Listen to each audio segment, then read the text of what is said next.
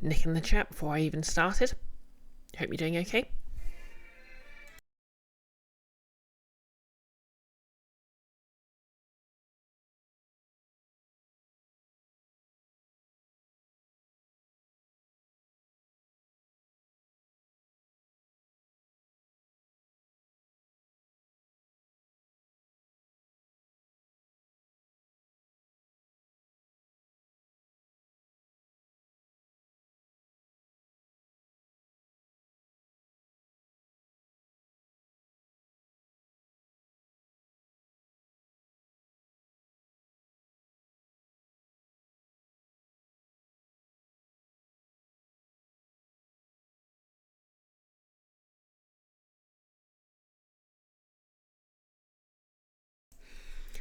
Hey, Icky. Nick, Twitch did that thing where it didn't start the stream for you. Serious website. What I need to do is just sort of set up a bot or some sort.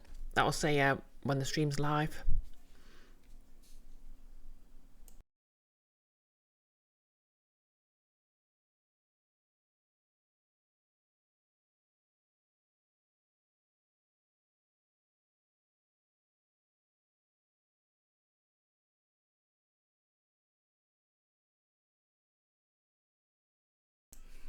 You're welcome, Mickey. I'll give you like a Twitch shout out in 46 seconds, apparently. I have to wait. Anyways, I'll just be posting some links on Discord and be right with you.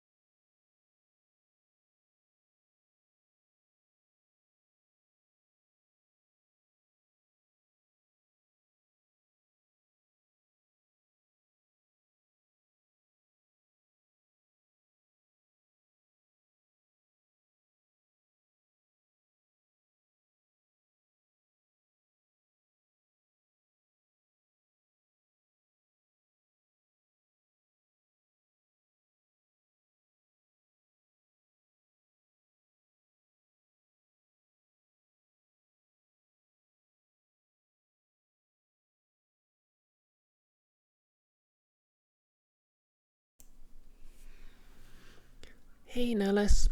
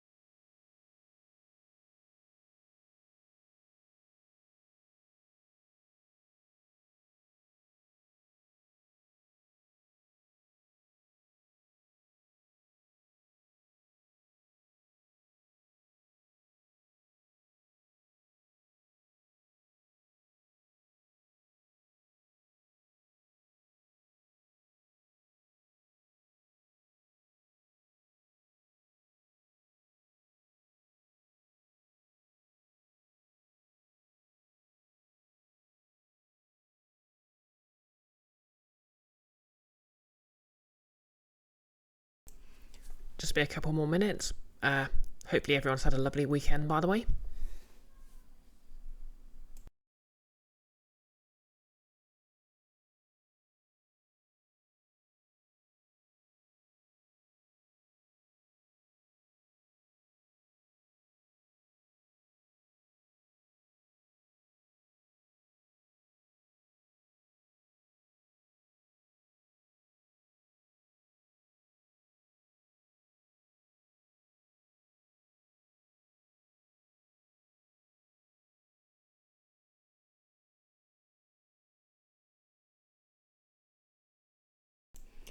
Icky, it was a good weekend, and Monday wasn't even that bad either. What is this strange new reality? Okay, I mean, obviously my Mondays and my Saturdays, so they're never that bad, but what is this trick you've learnt, and can you teach it?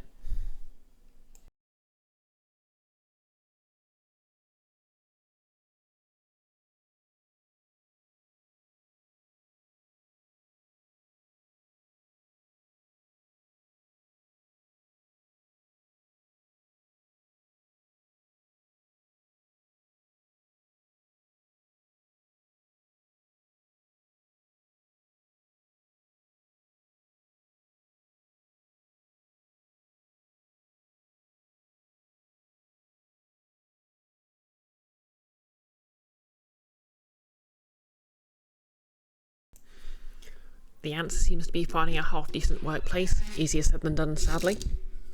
Yep, I hear that. Yep, so sorry to begin with story time. Oh, I'll switch my webcam on. Hey. So this is obviously my second attempt doing my body paint with an airbrush. And I'm sort of getting the hang of it. Like, I've ordered some proper liquid body paint to use with it.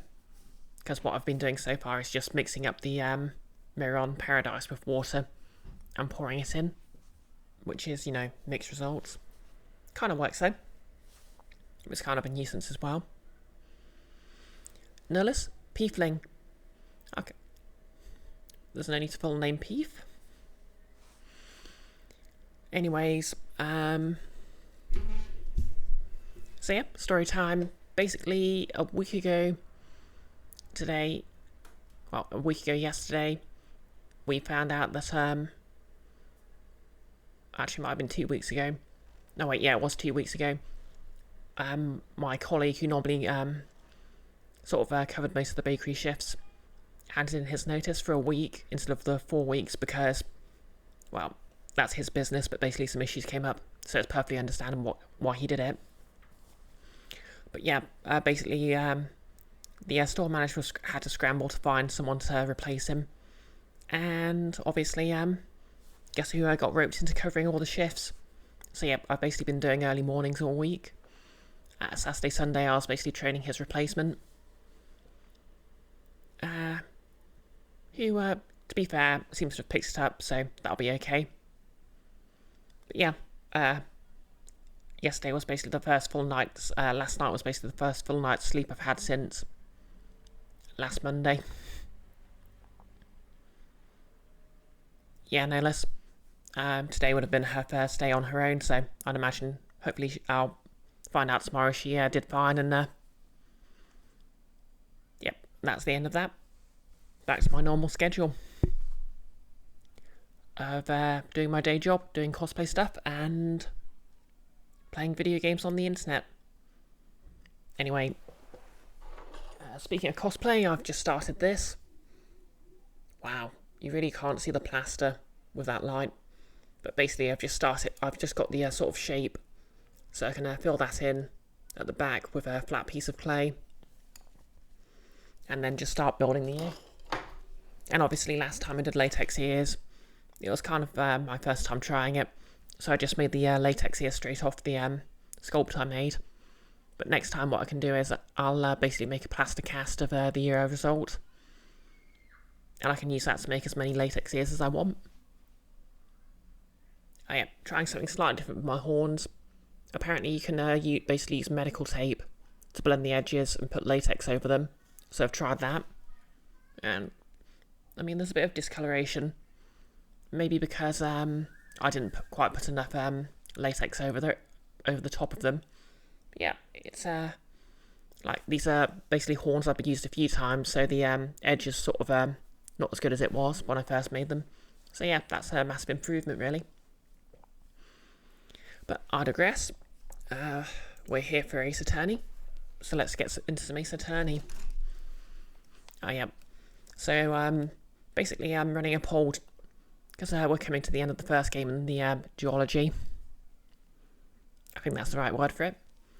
The Great Ace Attorney Adventures, I think it was. Although apparently the sequel's much better. But I'm sort of getting tired of reading out text in multiple voices. So I'm kind of, I'm not if everyone sort of votes for it, I'm not averse to just going straight to the next game. But I've basically, okay, game's running. I've basically started a poll. You can find that on my Blue Sky and Mastodon accounts. And also if you, well, I've set up a timer so it should, the link should appear in chat as well. I think last time I checked it, Alruna, that Metroidvania, the India Metroidvania I played the demo of a while ago, was tied with a couple of other games. So we'll see how that's going. Oh, sorry, it was tied with a couple of other games, but managed to jump ahead, is what I meant. And exactly, Icky. Heck yes, news. Nerlis, at your sibling's last job, the decent manager left and the whole ship started going under. People getting fired, leaving, and one of the replacements tried to clean out a stone over with a wooden brush with the fire on. What's a stone over? Oh, oven. Alright, so are you working in like a pizza place or something? Alright, pizza oven. Icky, you don't know. What's a stone about over you?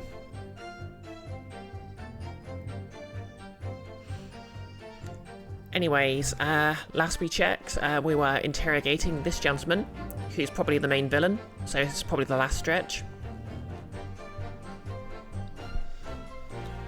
We think he might have killed someone. He definitely killed the victim in this case, might have killed others.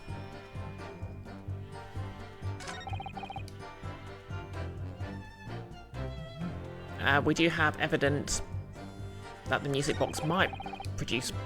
Yeah, we've got a music box that may or may not produce Morse code. Hold it!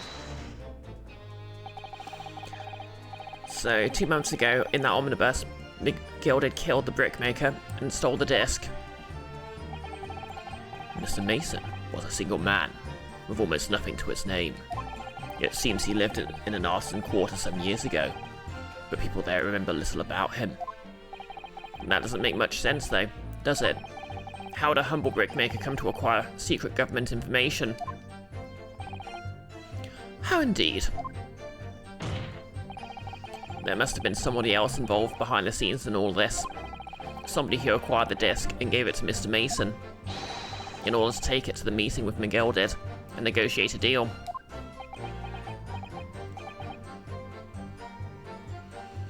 Nullis, you don't want to say too much, but the place did do pizzas. Sounded like a hellish place to work. High numbers of Florida men, if you take your meaning. Ish.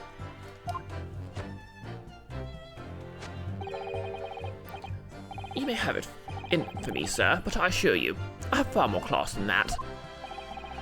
You're an old brickmaker from an arson quarter, and this well-to-do communications officer. Icky, you think that was evident from fight fire with wood? If only I could find some evidence to link the two of them together. If you have nothing more to add on that note, let us return to the witness testimony.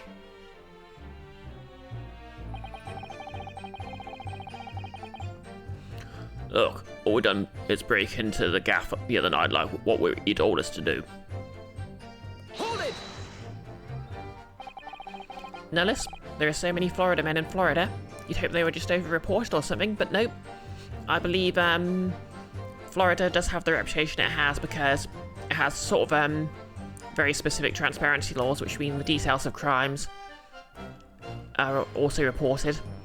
Whereas in other places, similarly bizarre crimes are probably happening, but the details just don't come out. But on the other hand, from what I've seen, people from Florida do kind of act like that. Like Mr. Graydon told you to do, you mean? That's it, yeah. Who else, eh? Silly me, though. He was just popping over for a natter after all them years, but the rotter had a dodgy job for us. So, silly me thought he was popping over for a natter after all them years. Here, Ash. Oh, I guess it now. Ash grey. As in the colour ash grey. Let me stop you there, Mr. Skulkin. After all them years, you say?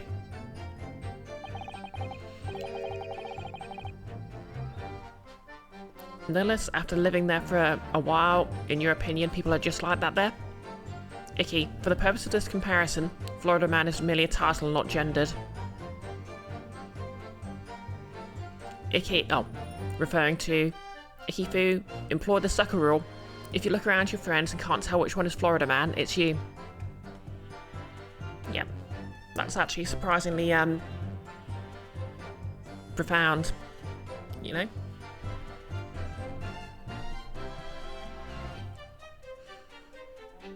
Kind of like, you know, if you don't have a gay cousin, guess who it is? Do you mean to tell me that Mr. Gray... Oh, And trans is also perfectly acceptable in that context. Do you mean to tell me that Mr. Graydon is an acquaintance of yours? We're the sociable kind of baddies, you know. Sure, let's say Graydon's an old China. For the Americans in the audience, old China comes from Cockney rhyming slang. China plate, mate. Icky, how dare you say you're not unusually profound, albeit accurately. Actually, that's a good point. You do tend to have, no, maybe more than average. Like, you're more profound than average, I'll say. Okay, let's pursue Nash. Excuse me. Is something wrong, Mr. Skulkin? Hey? No, the other Mr. Skulkin. Notice you have one friend who lives in Florida, and you only interact online. State's too damn big. What? Who? Me? When your brother was testifying just now, he said something that seemed to cause you to react. Oh yeah, I was just remembering the old days, that's all. We used to have a right old laugh together way back when. Together? With Mr. Graydon, you mean? Yeah, with Ash. I mean, you look at him now in his fancy whistle and flute, you wouldn't Adam and Eve believe? Yes. But when he was younger, he was from the poor part of town, just like us. Is that so? But he was always the leery one. He had the brains, he had the savvy. Always coming up with smart ideas like what would never have gone through our heads. God blimey, and the truth.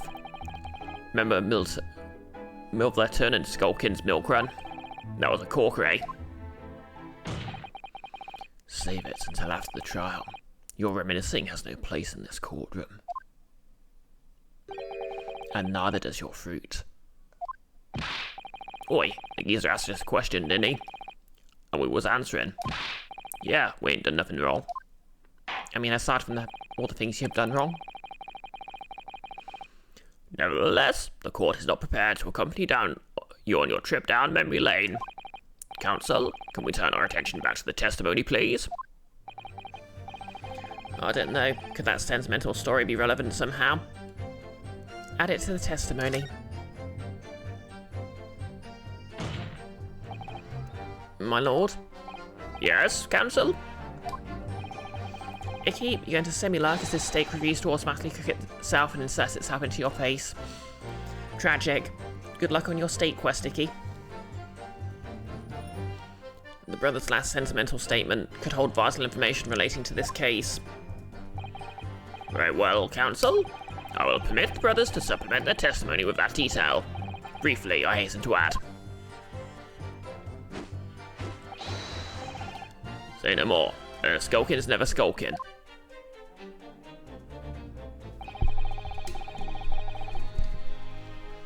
And we're going to press them on it. Hold it! I'm sure I'm going to regret asking, but what exactly was that? Some kind of business? Just a little scheme we had going back when we was youngsters. A bit of fun, really. Delivering fresh milk to the locals, that's what it was all about. That doesn't really sound like a crime, or particularly... It's not just a part-time job. That sounds alarmingly legitimate. There must be a catch.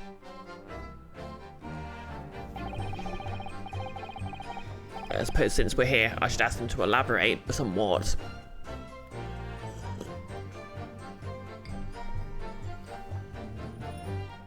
Okay, let's try the business model. So, how'd your little business work exactly? Well, every morning down our way, the milkman would come with his cart to deliver milk, see? If you stuck your empties outside your front door, you would leave them there. Leave them, yeah, then full again, right? So, we swooped on the action, got people to sign up with us. We promised to deliver milk for half the price the other geezers doing it. People couldn't wait to sign on to the dotted line. We were raking it in, we were. So, did you live on a dairy farm or something? Go on, Benno, you're off your rocker. We had nothing. We're too poor to have a farm. Right. Now, what we had going was simple once you had the idea. We'd just switch them over. See? Our customers' empties, but the full ones from anyone who wasn't on our books. Doddle, right?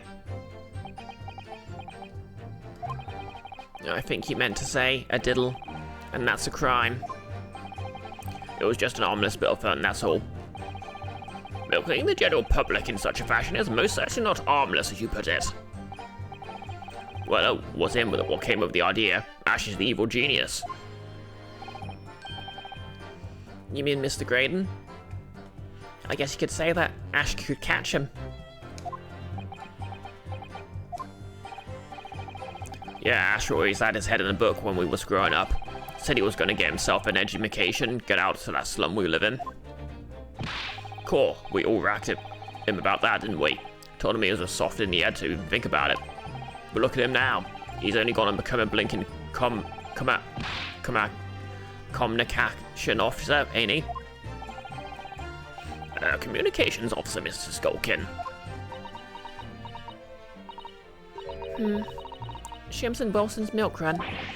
No, Iris, don't even think about it. This kid is way too eager to become a criminal. All of a sudden, we seem to be up our necks in a serious matter of national security.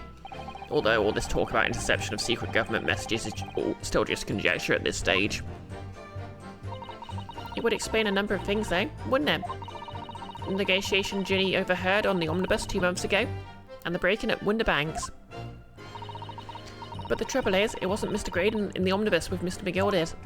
No, that was Mr. Mason, the brickmaker who was so horribly murdered. If only there was some link between the two men somehow.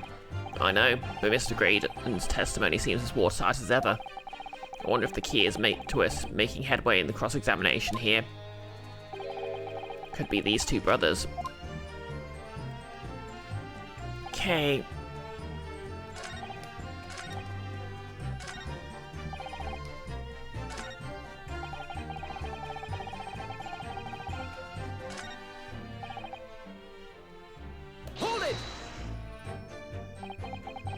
Okay, let's ask about the name.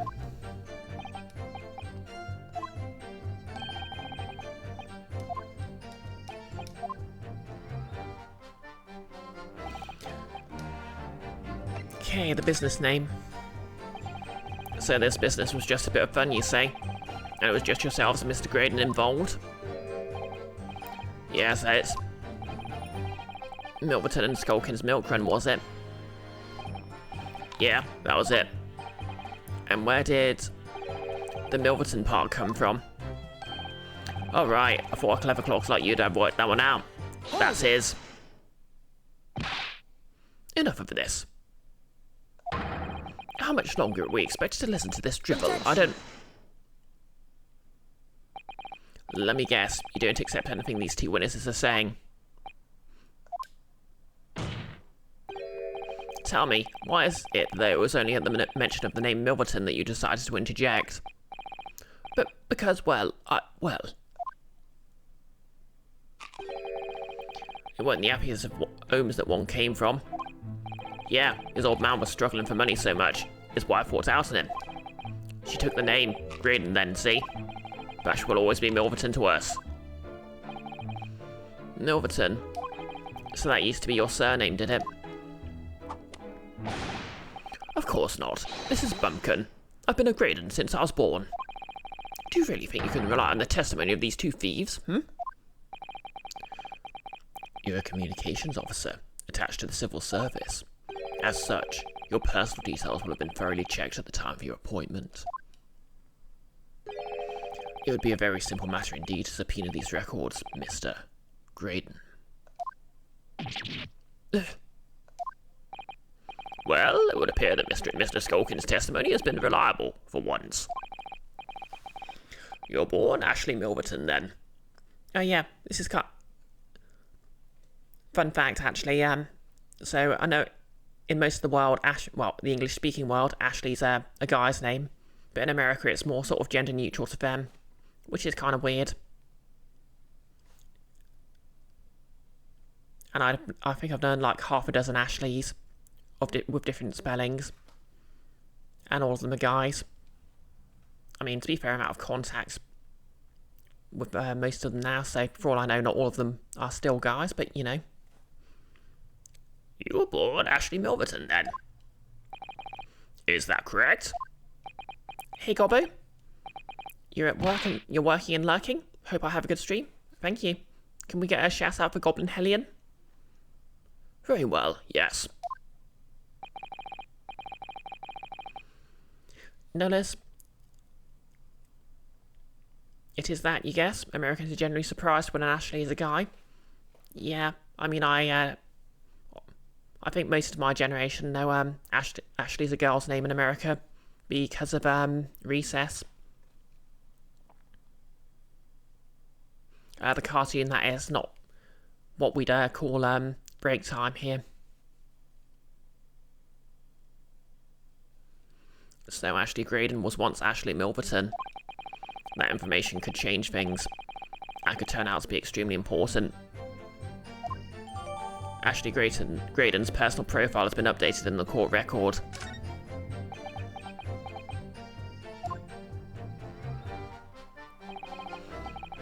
All of a sudden we seem... Okay.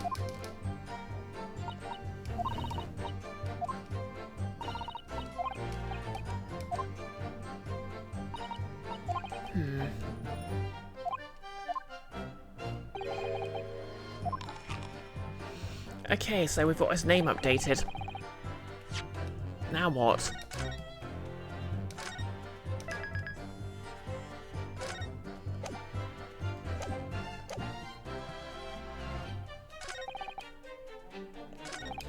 Okay, I think the thing we need to prove is that he has some sort of connection with McGilded or the Brickmaker, but what?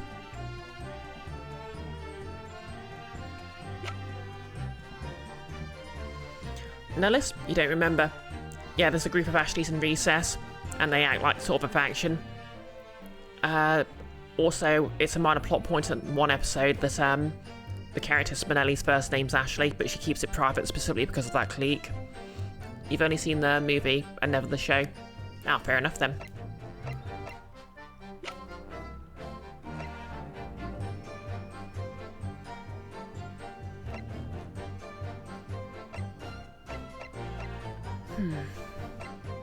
We don't have anything that would prove he has a connection to...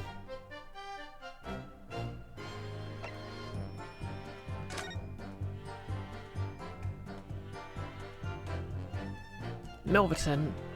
Wait.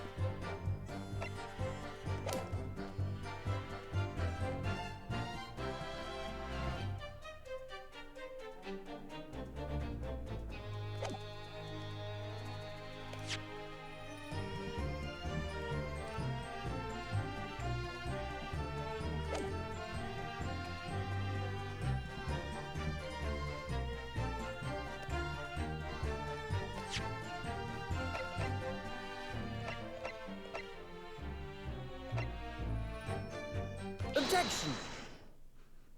Okay, the music stopped. We're here. Mr. Ashley Milverton. Tell me, why'd you try to hide your former name from the court? Because I haven't gone by that name for years. It means nothing to me. No, I don't think that's the real explanation at all. The truth is, you had a reason to hide that name. Explain yourself, please, Cancel. Okay. Like, you literally heard that his name's Milverton. Why aren't you picking up on this? Why do I have to do everything? I have here the notes from the omnibus case, my lord. And as we all know, the victim, the man who we now understand to have been negotiating with McGilded.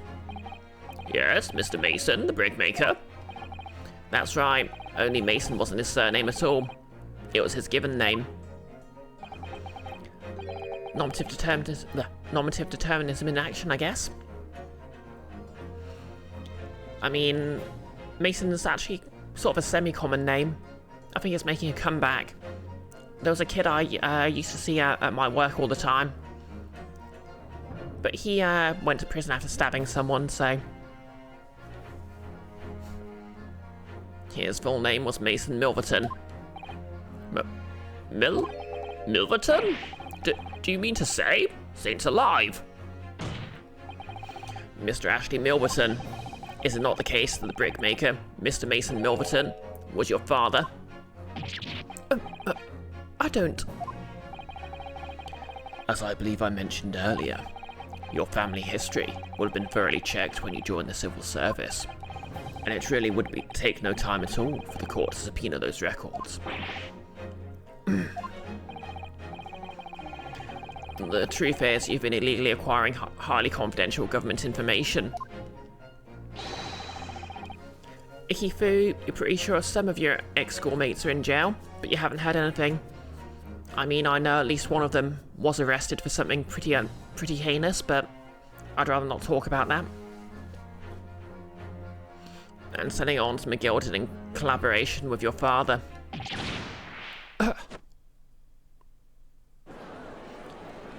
Spin, spin, spin. He tried to avoid the allegations with a barrel roll. The new facts and evidence unveiled by the cross-examination of this witness all come together to reveal the truth. The truth, you say? Nellis, you could believe it making a comeback. If you recall correctly, the Call of Duty Black Ops 1 was named Mason. One of them conventionally manly names, you think? Yeah, I guess so.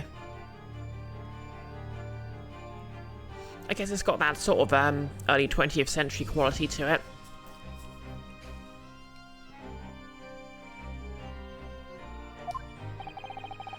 Now, you collaborated with your father, Mr. Mason Milverton, in illegal dealings with Magnus McGilded. By dint of this music box, you mean, Counsel? Yes, stealing information being sent in secret government communications, and selling it on to McGilded. Mr. Graydon concocted this elaborate scheme of using two music box discs to encode the information,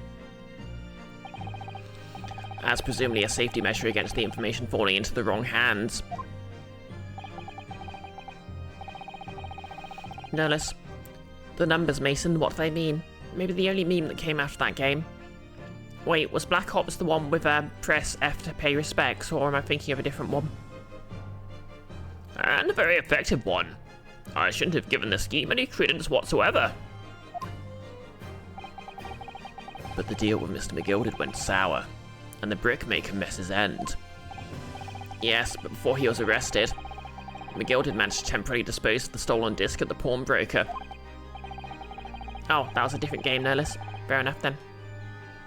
Then, having learnt of the situation, you appeared at Winterbanks 2 days ago, in an attempt to recover the 2 articles McGilded had placed in pawn there.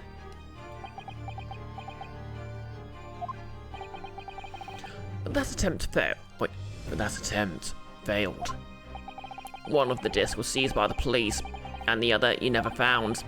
So that same night, you enlisted the help of the Skulkin brothers and broke into the pawnbrokery. This time determined to recover the second disc. Are you suggesting that the second disc was inside the music box? Hey? We never knew nothing about that. On the night that Mr. Winterbank was killed.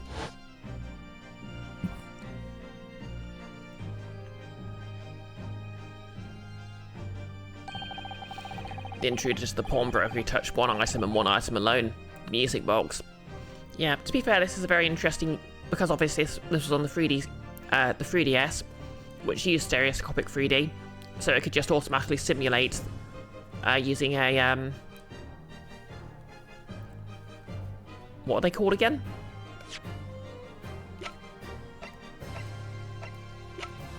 A stereoscope. Wow, don't know what my brain did there. So you could very easily get the same effect that they're doing by just combining the 2 images for you.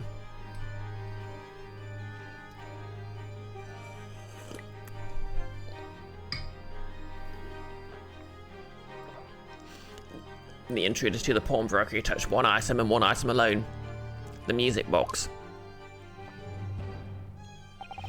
It's rather ingeniously demonstrated using the 2 prints on the security camera, indeed. So the question that naturally begs answering is this: why was only one article disturbed? The answer is obvious. Kind of reminds me of, I don't know if anyone remembers the game Another Code 2 Memories for the original DS, but that really made a lot of interesting uses of it for various puzzles. Like, I think at least one actually involved letting something from one screen reflect in the other. I know it got sort of a sequel on the Wii, but I don't know if that was any good. The answer is obvious, because it contained the second disc, which the intruder was desperate to retrieve. Since, if it were to fall into the hands of the police, it would be proof of high treason. Fun fact, one of the most well-known offences that constitute high treason is killing a swan that belongs to the Queen. Notice it could have been another Call of Duty, but you think that one might have been Spec Ops: The Line. No, press F to pay respects was definitely from a Call of Duty game. Spec Ops: The Line was that one game that deconstructed shooters. Because like Spec Ops was always like the sort of in the same vein as Call of Duty, but a lesser franchise. And Spec Ops: The Line was basically straight up going into deconstruction of that very genre, which is partly how it works so well. Because obviously you'd have assumed it was like a sincere sort of mid-shelf AA FPS military shooter. Notice, was it the one where the one puzzle required you to close the DS? Yep, exactly. Amongst other things. I recall actually it had like an advert in one magazine that was basically uncover dark secrets, and it just had like a landscape, and if you turned it upside down you could see like skulls everywhere. It was a pretty good advert. Not quite as deranged as they were in the 90s, but sort of still interesting compared to how they are now. Yeah, I could talk about the weird adverts I saw in magazines for ages. I think the other one that really sticks in my mind was one for Blood Rain when it came out. And it was a 2-page advert. So on the first page, it was like, turned on, and it had a picture of the protagonist. And then on the next page, scared off. And it just had her being like a vampire. Who knows if that had any effects on my young psyche. Well, Mr. Graydon, do you deny them all? Sorry, do you deny that all of this actually began on that fateful night 2 months ago? I refuse to accept any of this nonsense.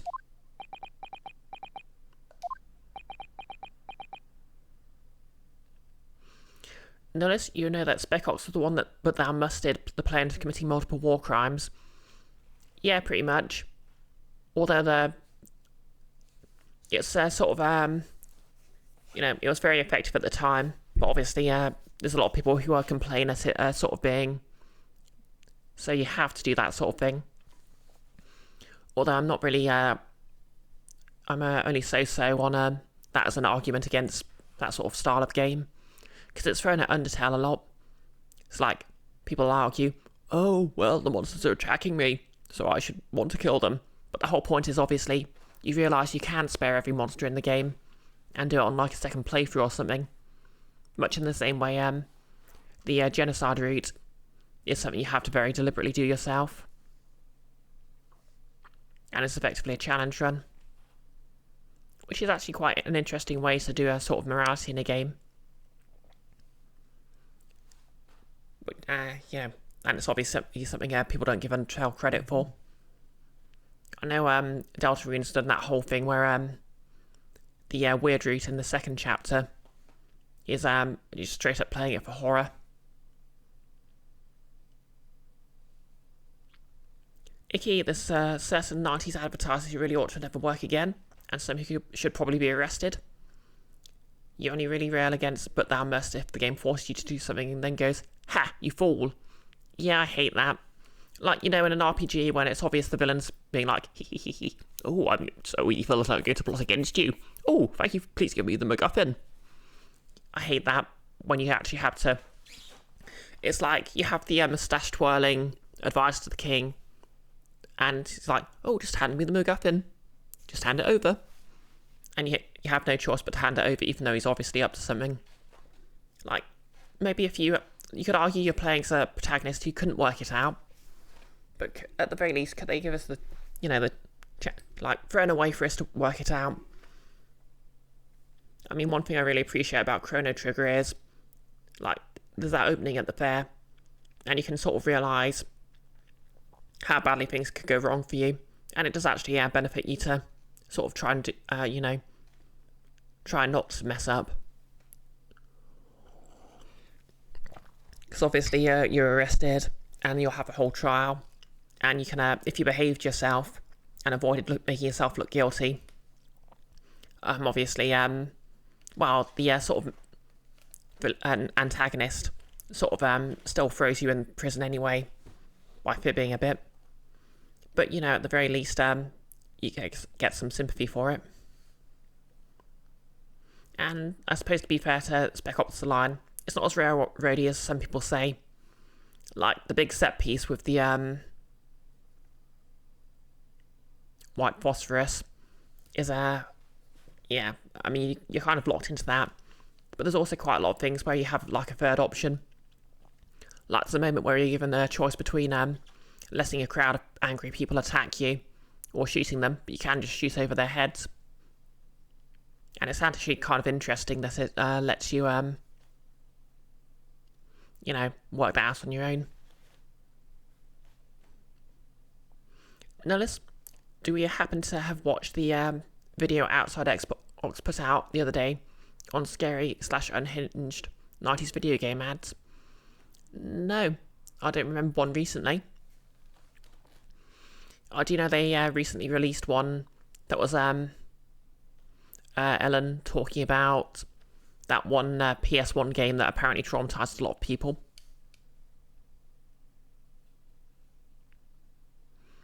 A key Spec Ops give you more choice than some games today do. Exactly. To be fair, Chrono Trigger's entire deal is, the more blendings you can get from doing interesting things in the story.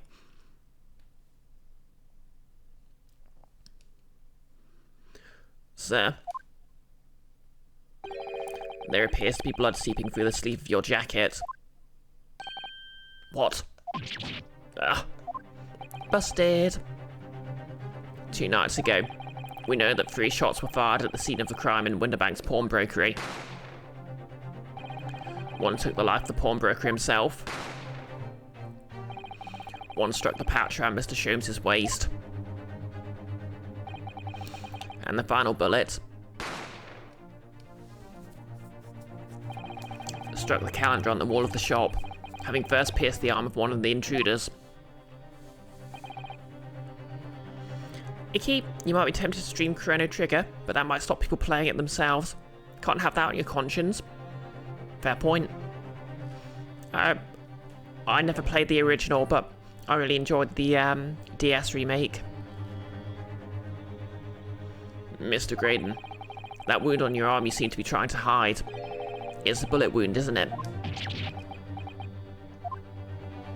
Oh, and there's the link to the poll to decide what I stream next if anyone's interested. He's got you now, me old China. Time to call it quits and croak, I reckon. Tsk.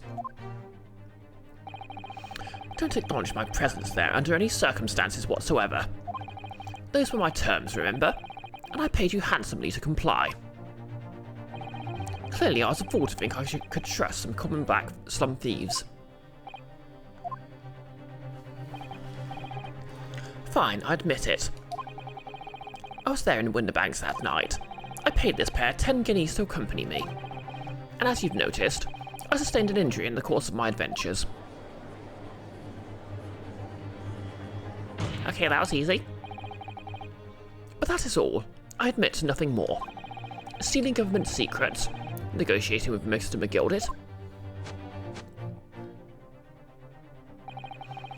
secretly being a member of a K-pop group.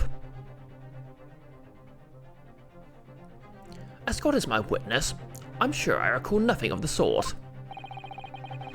Notice, you thought me old China was a one-off Discworld thingy. One of the candidates said to Dorful the Golem. Oh no, that's a good pun, but it's an actual turn of phrase. It comes from China plate, mate. Sorry, China plate is Cockney rhyming slang for maid, because obviously, as I said a few times, Cockney rhyming slang usually takes a two-word phrase, has a second part rhyme, the first part not, and then just cut out the rhyming part. It's why,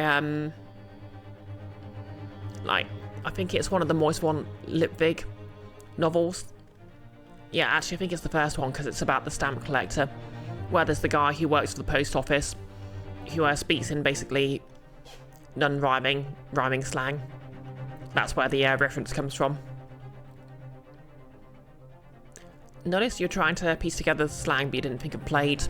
Yeah, it's like having a butcher's comes from butcher's hook, for look. Apples and pears, stairs. Trouble and strife, wife. What are the other well-known ones?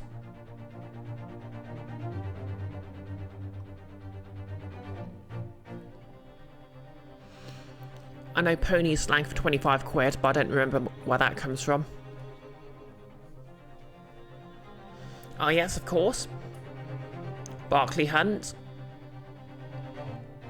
Which I'll not say on stream because the Americans tend to get upset by it. I think James Blunt has also been used the same way. Incidentally, that also gives you the also gives us the word Burke, which is a lot more innocuous and nowhere near as offensive despite where it comes from.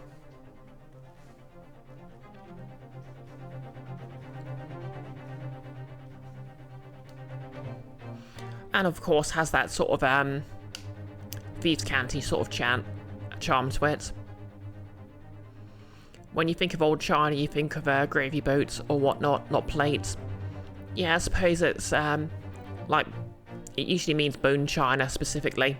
So like the really fancy set of sort of earthenware you'd have.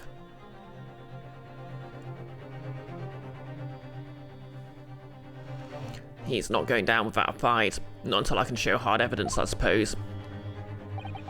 Nevertheless, the defense has now established a crucial fact. Which is... well, we know that one bullet was fired from each of the two firearms we have in evidence. The bullet from the Skulkin brothers' gun hit the pouch around Mr. Sholmes' waist. No less, Johnny Horner for corner. You remember from 101 Dalmatians? And Turtle Doves for Loves? I'm not sure I've heard that one, but it sounds plausible. Although Johnny feels a bit more American. Icky? The good china that gets used about 4 times in a decade. Exactly. Or once a week for Sunday lunch, depending. Koto! Good evening from Budapest. You're drinking an Aperol Spritz in honour of your sister who got married today. Congrats to Koto's sister. Many happy years to her and her partner.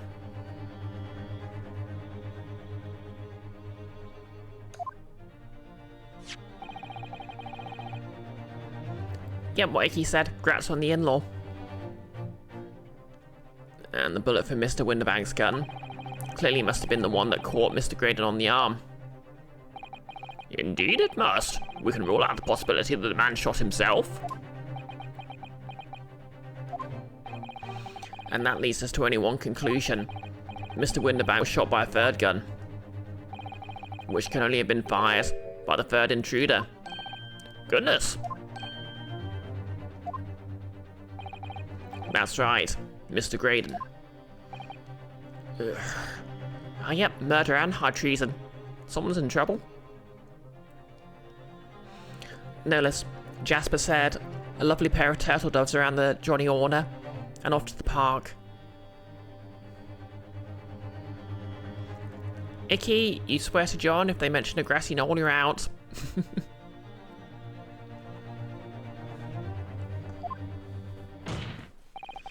The only person who could possibly have shot Mr. Winterbank that night is you. Okay, did I basically leave the stream for the last little bit? Okay, looks like we've got more to go.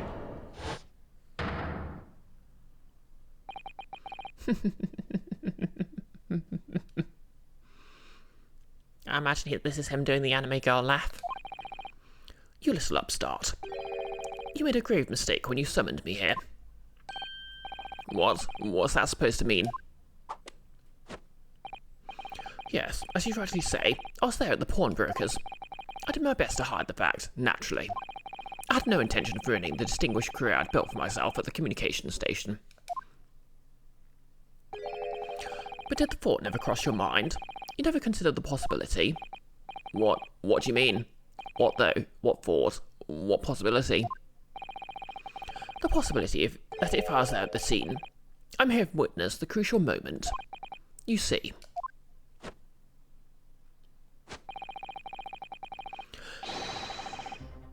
This makes me a key witness in this case, and I have my hands firmly around the neck of your client. What? What are you suggesting? I saw it all. I saw the very moment that pickpocket girl pointed the gun at the poor defense's pawnbroker and shot him. Nullis, you think GeoGuessr is a popular stream fella, if it should happen? Yeah, I'm not really a fan of it, but I could give it a shot. You... what?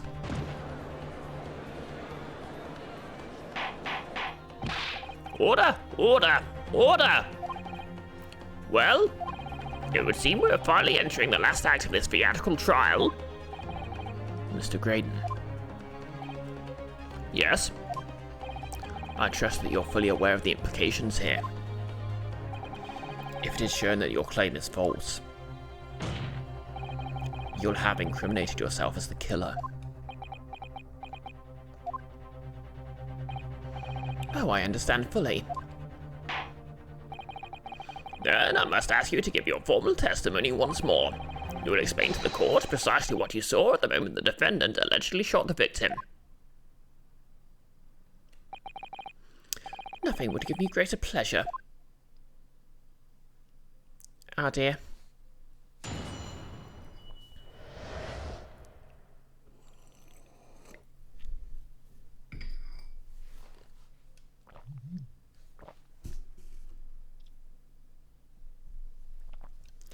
I mean, to be fair, I could always end the stream early.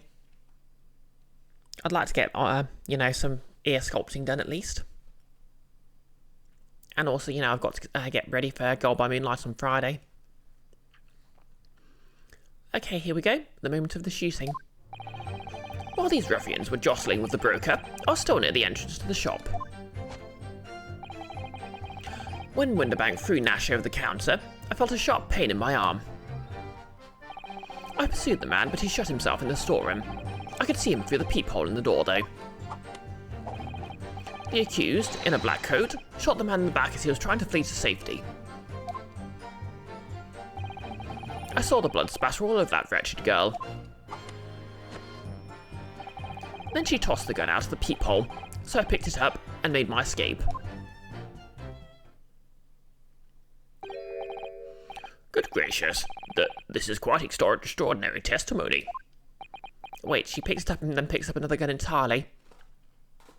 Wait, this is going to be easy to disprove. Like, she literally doesn't have any blood on her in the photo. You claim, sir, under oath, to have clearly seen the defendant pulling the trigger?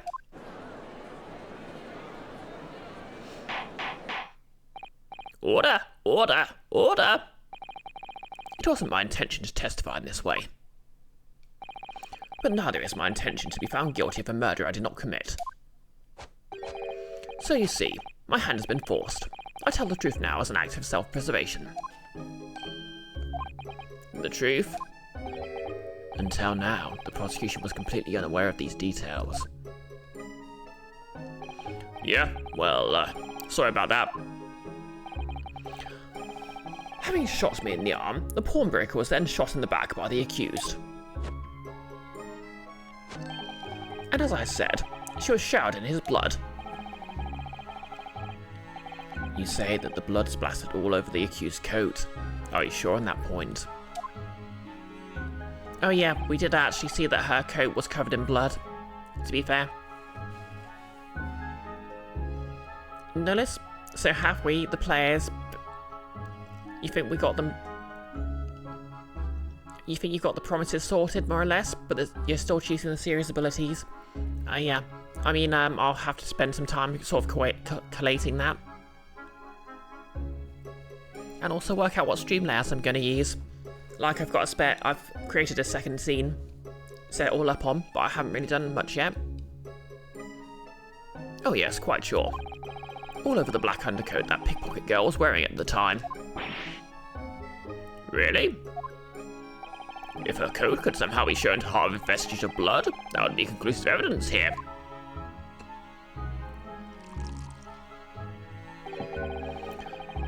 Such an investigation is entirely possible, my lord. What? Oh no. Yeah, looks like there's going to be a bit more time after all. Only very recently, a German scientist has developed a technique to identify human blood. So here's to true science, not some amateurish detective's dubious foray into the world of chemistry. There's nothing dubious about Hurley's work. His ideas are all sound. Ideas are of no use to us here. In science, as in law, theories must be proven before they stand. Icky, bold move to mention the human blood with the colour of that wine. Yeah, we still haven't seen any evidence he's not a vampire, you know. In Germany, a technique has already been employed in the courtroom as the basis of evidence. Scotland Yard has bought a small quantity of the chemical reagent used, with your lordship's permission. To be fair, I don't think blood burns like that. We could shatter all vestiges of doubts within minutes. This doesn't look good, Bruno. Why not? Well, we know, don't we, that there's blood all over the front of Ginny's coat. If they test it with their chemicals... Oh, help. You're right. I was forgetting what happened yesterday. Notice, does wine? To be fair, I suppose it doesn't, unless it's particularly high proof.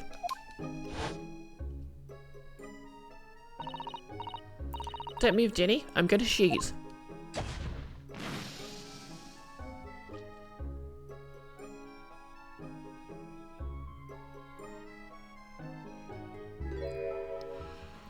Notice, you know, alcohol is flammable but to evaporate instantly. Well, yeah, alcohol does actually evaporate quite readily. That's one of its more useful properties when you're cleaning stuff with it, or using it as a solvent for like paint and stuff. But that's not Mr. Winterbank's blood. That's stainless from 2 months ago. That's Mr. Mason's blood, from when he was stabbed by McGilded, who was wearing that coat at the time. My lord, the defence objects to the test proposed by the prosecution. Overruled. Lord Van Zykes, make it so at once. I mean, you could just point out it belonged to a guy we know stabbed someone. With pleasure, my lord. And while await the results, the defence may proceed with the cross-examination. Once they find the blood on the overcoat, Gina will be... Counsel? Yes, my lord. Your cross-examination? Of course, my lord. If this cross-examination doesn't go well, if I don't manage to uncover some decisive evidence or a really compelling clue now, I have a very bad feeling about the outcome of this trial.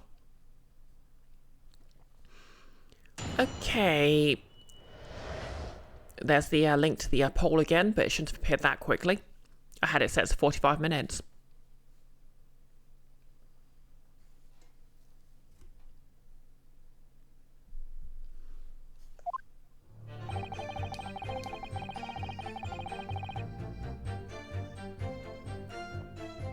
Hold it!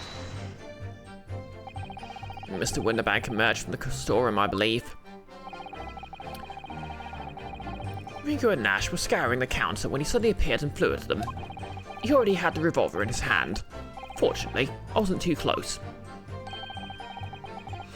I've never been so scared in all my life. Yeah, we're just your regular mild-mannered burglars, that's all. We don't like violence. Says the pair who carry a gun. What do you mean when you say you were near the entrance to the shop? I was in the doorway, running my eyes over the shelves for forfeited items.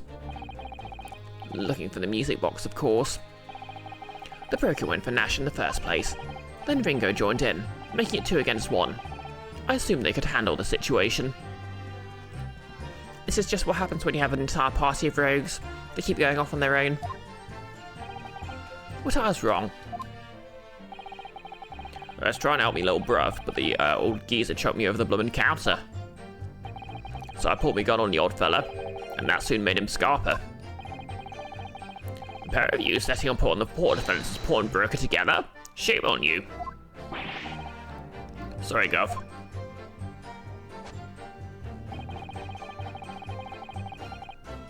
Hold it! You mean that's the moment you were shot? Yes, though I didn't immediately realise what had happened, of course. Things crashed to the floor from the counter as the 3 men were brawling. It was at exactly that moment that it happened, so I didn't hear the gunshot. And the bullet went on to strike the calendar wall behind you. So it would appear. When I looked at my arm, I saw it was bleeding badly, so I wrapped my handkerchief around it. Seeing as I couldn't explain what had happened to a doctor, I had no choice but to wait for it to heal. I didn't imagine it would still be bleeding 2 days later. Did Mr. Winterbank intend to shoot you, do you think? Well now, I don't imagine he even noticed I was there, to be honest. Perhaps the gun went off accidentally. Anyway, it didn't quite strike home. When I pulled my gun on him, he tried to shove me out of the way. And then he scarpered through the door out back. At which point, what do you do?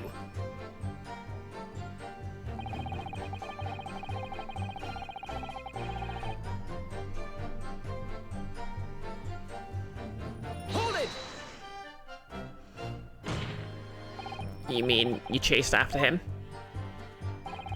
I don't recall the reason why, but I ran after him to the back of the shop. And what about this peephole in the door you mentioned? Well, unsurprisingly, the storeroom door's a solid job, made of stout wood. But there's a small opening in it about head height, which lets you see what's in there from the outside. Actually, I should know that, shouldn't I? I looked through it myself that night.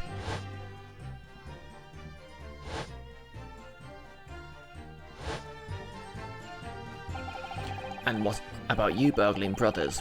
Did you see what went on through this peephole as well? No, not likely, Gov. Didn't see nothing of the sort, Gov. I doubt these 2 buffoons were even aware of the peephole's existence. So the Skulking brothers were there, but they didn't see the killing of Mr. Winterbank take place. Hmm? Okay, sorry about this, by the way, my voice is seizing up a bit.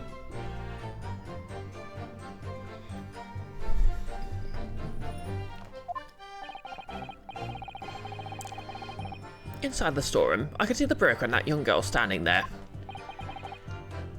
The defendant? Yes, though neither of them noticed that I was looking. The girl raised her gun and pointed it straight at the man. And then, what do you see next?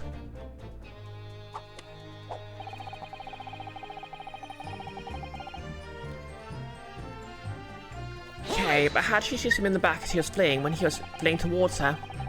Yes, when the crime was discovered, the defendant was found with a gun in her hands. But that was Mr. Winterbank's gun, from which only a single bullet had been fired. And as we've already established, Mr. Graydon, that bullet was fired at you. Ah, but no, it wasn't the broker's gun that the pickpocket girl had when I saw her. Yes, the bullet from the Winterbank's gun grazed my arm, and yes, the Skulking's gun grounded the detective. But this was another gun entirely, a third gun. The broker's gun was not the murder weapon, so clearly there had to be a third firearm involved. In other words, the accused must have had her own gun with her at the time. Objection! But no other gun was found at the scene.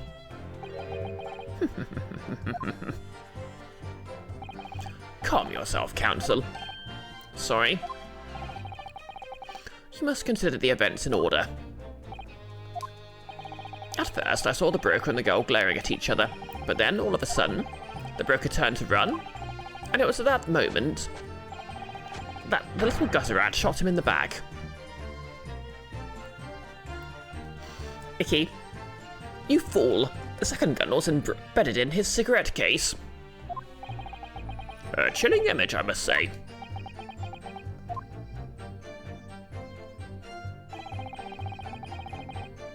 Hold it!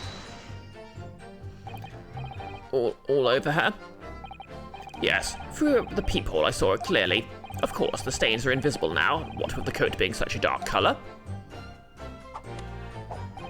But I assure you, the garment is sullied with the victim's blood. Well, it is sullied with blood, that's for sure. It's not Mr. Winterbank's blood, is it? No, that's right.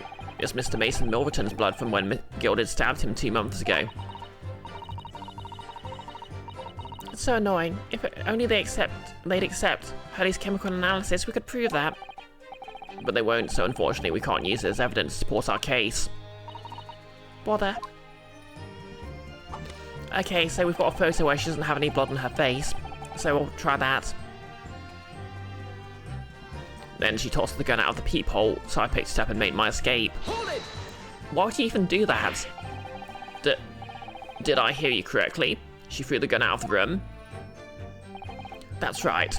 After the broker fell to the floor, she started walking over. Over where exactly? In the direction of the storeroom door, to where I was watching. Of course, I quickly retreated, and then the girl dropped the gun through the peephole into the floor, onto the floor on my side of the door. But why on earth should she do such a thing? I couldn't tell you. Perhaps she was hoping to distance herself from the murder weapon. Without thinking, I went and picked it up. I suppose I was worried about just leaving it there, in case any more tragedies took place. So it was you, in fact. You took the third gun from the scene of the crime. Yes, it was yours truly. I left the clear up to my lackeys and left. Clear up? We made a bit of a mess around the counter, so Mr. Whistle and Flute there, he told us to tidy up. He thinks he's our bloomin' mum sometimes. Nellis, you've never seen anyone act with their shoulders as much as this guy does. Yeah, like, part of his, trying to improve the station must have involved learning to dance really well. Well, I was paying you enough, by God. Tell me, Mr. Graydon, when you left the pawnbrokery that night, was it by any chance with the second disc in your jacket pocket? Nellis. You're like a bulletin gate, aren't you? Okay, I absolutely love the line read on, you little toe rag. Nellis, Whistle and Flute, that's a good one. What does Whistle and Flute stand for?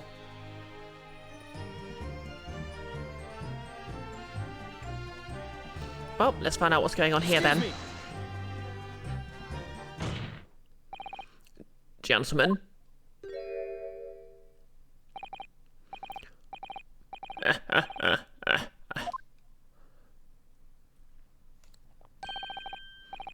Something wrong, sunshine? That should be my line. You do realise you were just violently shaking Mr. Skulkin? Blimey, this D's a bit of an hooligan, ain't he? What was going on just now?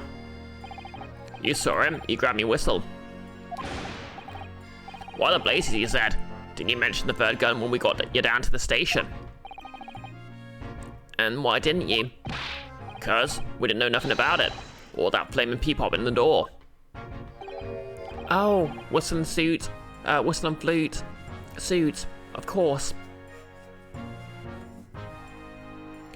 Oh, sorry about that.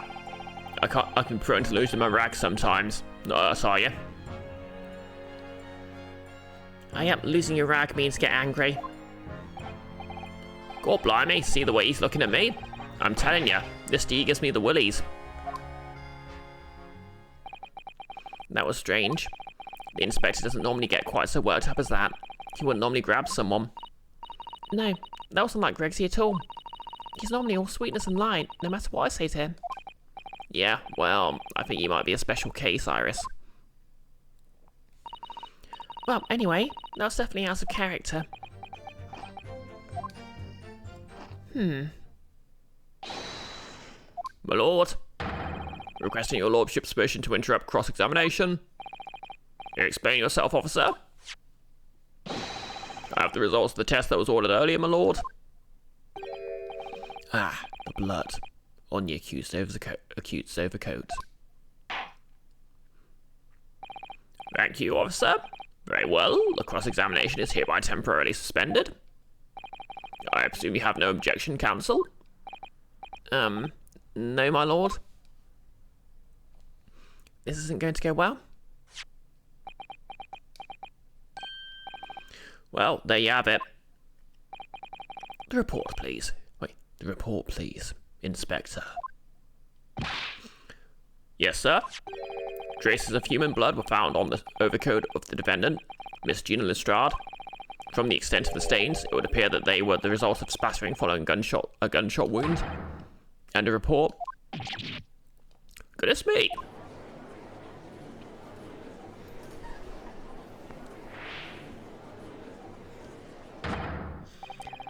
See, what did I tell you? Objection!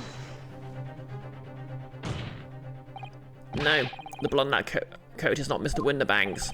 What on earth makes you say that, counsel? The coat originally belonged to Magnus McGilded. Just before his coat was deposited at Winterbank's, McGilded had fatally stabbed Mr. Mason Milverton. So the blood on that overcoat is the blood of the brickmaker from the omnibus case. Objection! Well, the dead cannot speak. Isn't that right, my Nipponese friend? Sorry. Nolis, Gregson at any opportunity. I'll take a potato chip, British, and eat it. Sorry. I'll take a crisp and eat it. 2 months ago in this very courtroom, did you not argue fervently for Mr. McGilded's innocence? And yet, now the man is dead, you brand him as a murderer. Your conduct shatters any shred of respect you may have earned for yourself in this country. But, that was... I call it a bally disgrace. Treachery is what it is. How to determine whether blood on that coat is 2 months old or not?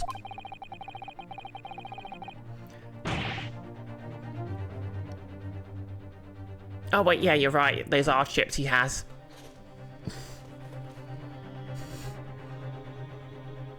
Even a stereoscope can answer that, help the answer to that problem pop out. It can't be done. But we use Mr. Sholmes' specially formulated chemical. Mr. Sholmes is a detective or a chemist. Would you put such faith in a chemical formula devised by me, for example, when I'm a communications officer? I held out Peruski to a starving boy and he ran away crying. Herlock Sholmes is barely more than a figment of the public's imagination. His name carries no weight in this courtroom. No weight at all. How could you say that? Victory is sweet indeed. This proves that my testimony is the whole truth from start to finish. How do you arrive at such a conclusion, sir? As the witness said, the accused coat was spattered with the blood of the victim. The only way Mr. Graydon could possibly have known that fact is if he saw it happen. In other words, his testimony is solid, and the conclusion is singular. It was the accused who shot the victim in this case. That is the whole truth. Notice, yes, for the purpose of this reference, Light had hidden the camera in a McDonald's bag.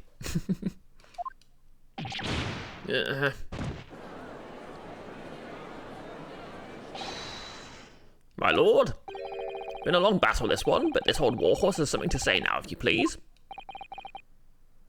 Mr. Foreman? As of this moment, sir, the squadron has reached its final conclusion. Ready, men? All for one now? Sir. Guilty. Guilty. Guilty. Guilty. Guilty. Guilty.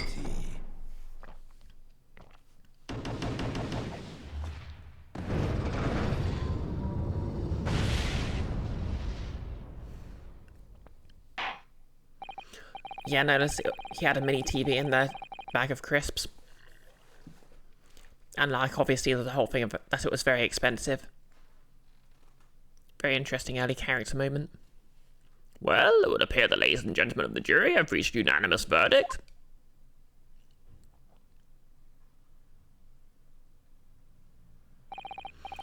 The defense has consistently failed to unpick this witness's testimony. Here's to any attempt you make at unpicking the jury's decisions being equally unsuccessful.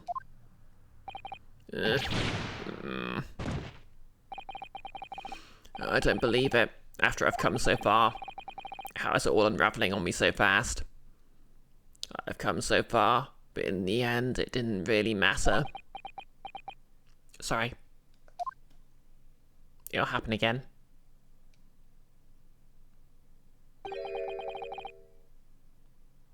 Wait, is this? How very distressing. To be held in such low esteem.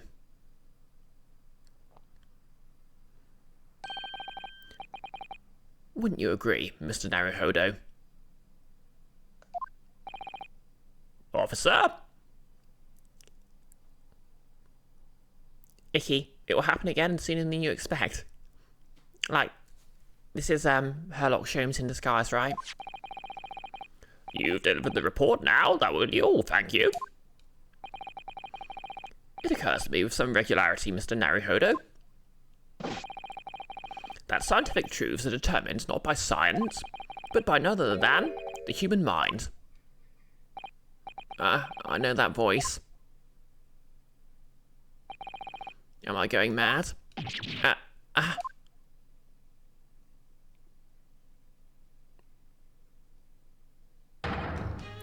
Mr. Sholmes. What? What is the meaning of this? Okay, everyone's doing poses. Order! Order! Order! What business do you have here, detective? Last I heard, you're recuperating in hospital. And also, I believe you're fictional. Which, to be fair, as a trans woman, is something I can really relate to. Being accused of being fictional while you're standing right there. Notice, fun fact, one of your background music tracks made for your Avernus campaign is somebody's bardcore cover of In the End. Amazing. Icky, yes, we have the scientific method, but we've decided to try a brand new technique called Vibing It.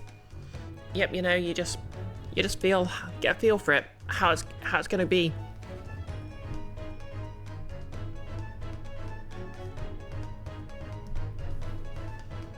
What business have you here, detective?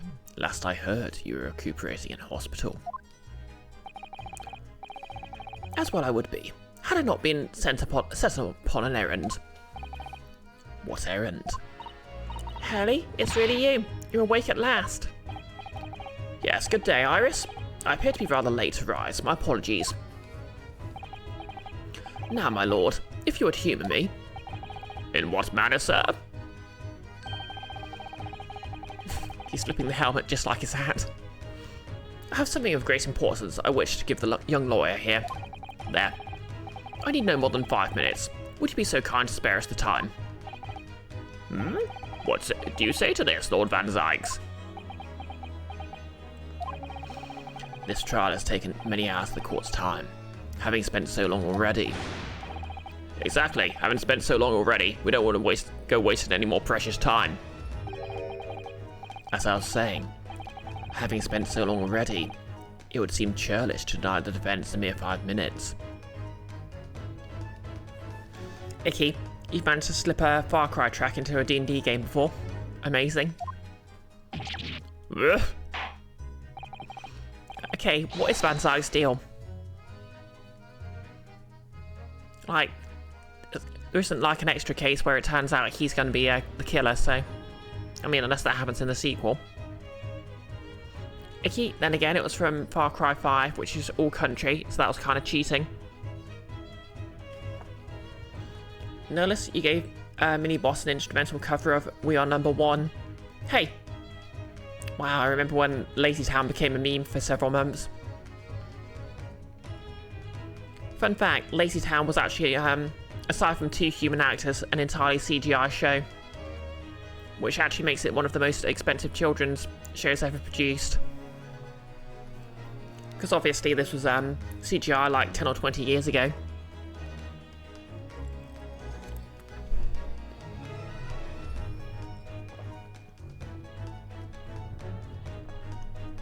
Very well then, Council. You have 5 minutes. Wow, he got changed quickly. Okay, well the 5 minutes there so he could get changed out of the policeman uniform into his overcoat. My dear fellow, I apologise for my tardy arrival. Mr. Sholmes, you all right now? All right, I'm all wrong. Sorry. I've only just managed to summon the strength to stand man. I asked the judge for 5 minutes. But I fear even that may prove too much for me. Pray forgiveness. Forgive me should I pass out. Let's make this discussion as short as possible. Haley, this place is full of idiots. None of them can see how wonderful your chemical blood analysis is.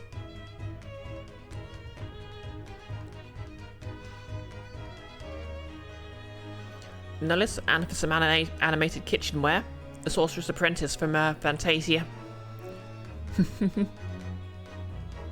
Or should I say...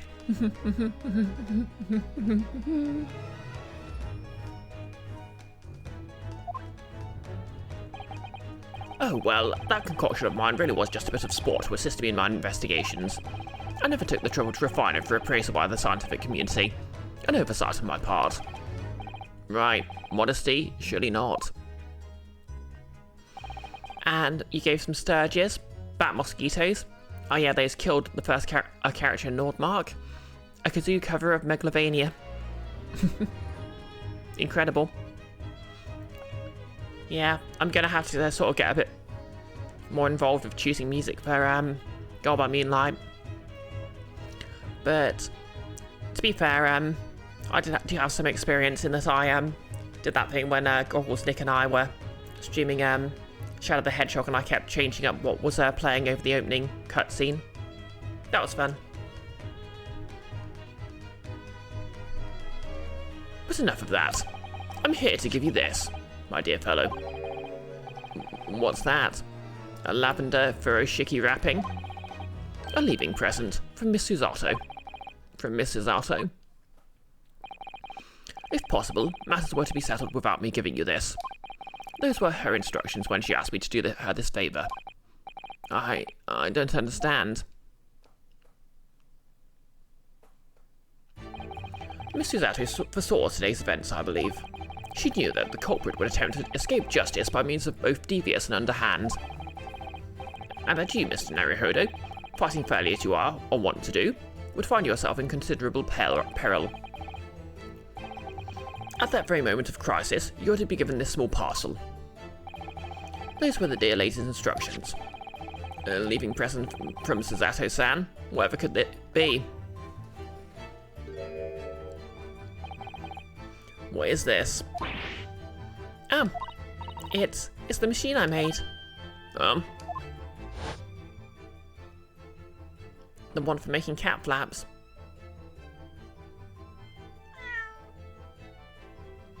Wait. Did Gina steal the machine for making cat flaps to create a flap on the door?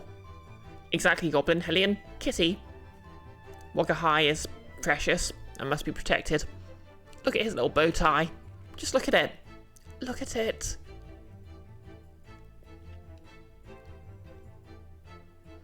Nullis, to be fair, given that half the tracks used are just an actual copyrighted song, those loops wouldn't be stream safe. And you're not sure about the Bardcore covers either. Goblin, you would die for him, as would we all. I mean, to be fair, it's at least a tourney game, so even odds that someone would die for him. Look, I use this. It's my latest invention. What is that? I call it the Cat Flapper Mat.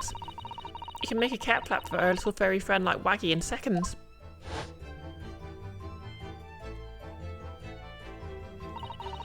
What's Susie up to? Miss Susato muttered the following words before she left. I'm a failure. I don't deserve to be a judicial assistant. What? Didn't you say something like that?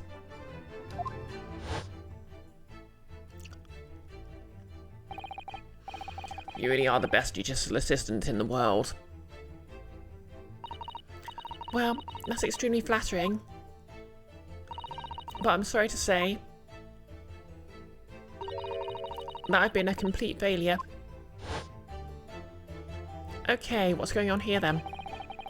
Whatever did she mean by that, Mr. Sholmes? That night, when you left Winterbanks in pursuit of the thieves, Miss Suzato made use of this contraption for a certain purpose.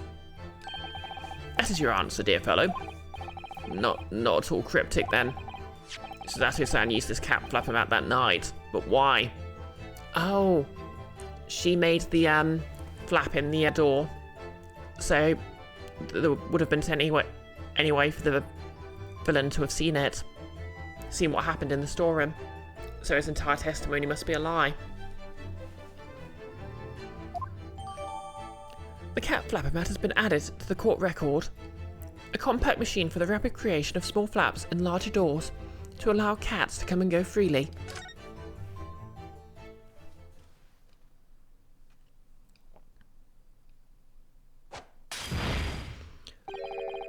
Your 5 minutes is over. We're out of time already.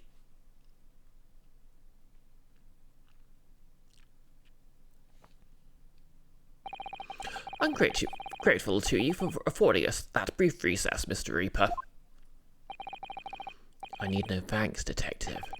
After all, the die is cast. Is it really?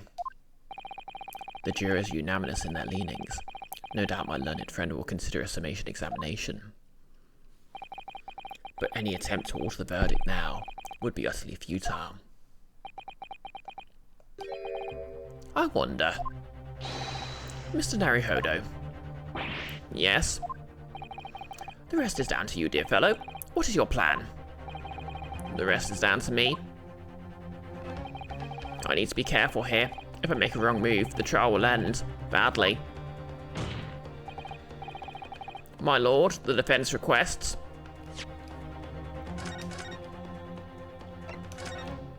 Okay, this has got to be a further cross-examination.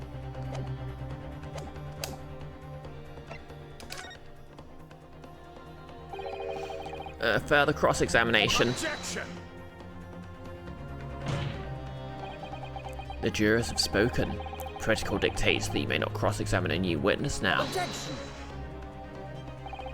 The defense is not asking for a cross-examination of a new witness, rather to continue with one of an existing witness. What? It would appear that a rather important detail has escaped your attention, Mr. Reaper.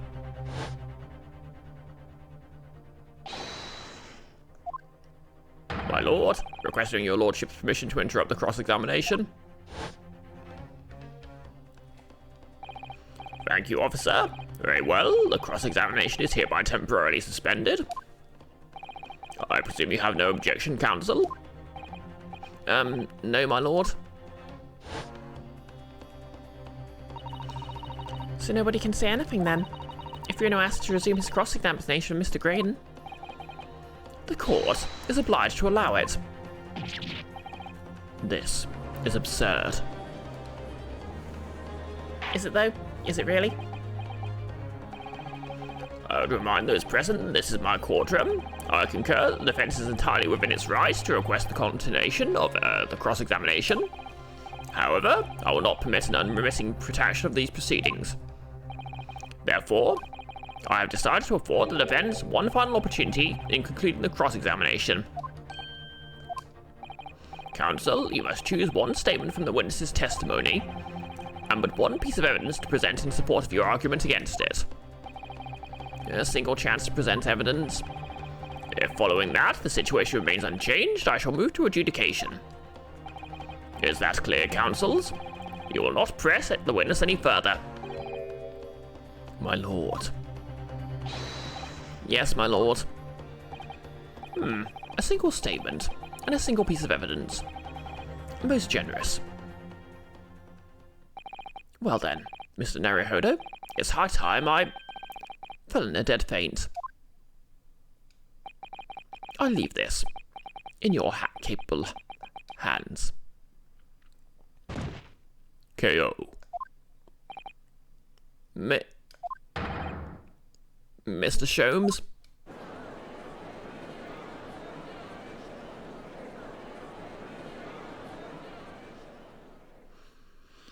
Notice you hearing the word futile. Yoshimitsu from Soul Calibur 2 in your head. Kya kya kya, futile. Oh yeah, I remember the sword pogo move. I remember several times when I was playing, doing a story mode playthrough, he just self-KO'd by bouncing straight off the arena.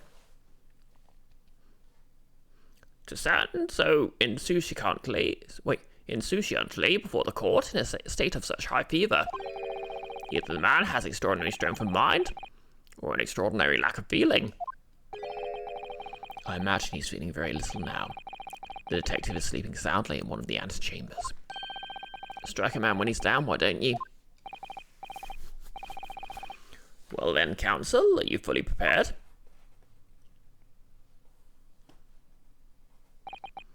Yes.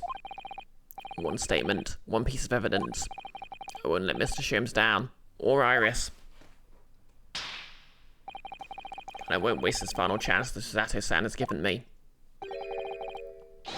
This is going to decide the entire outcome of the trial. Very well then, under the terms I've outlined, you may resume the cross-examination. Okay. One last piece of evidence.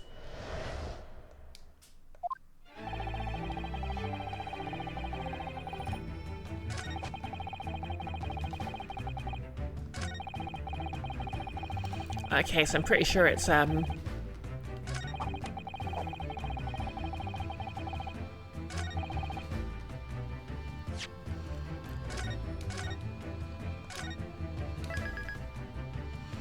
Notice, you love Yoshimitsu. She's such a janky goofball. In Soul Calibur 4, there's a glitch where you can make him knock somebody off the stage, then grab them and throw them back on the stage but have him fall off himself. But you have to be doing it on purpose. I mean, I'm pretty much doing that all the time in Smash Bros.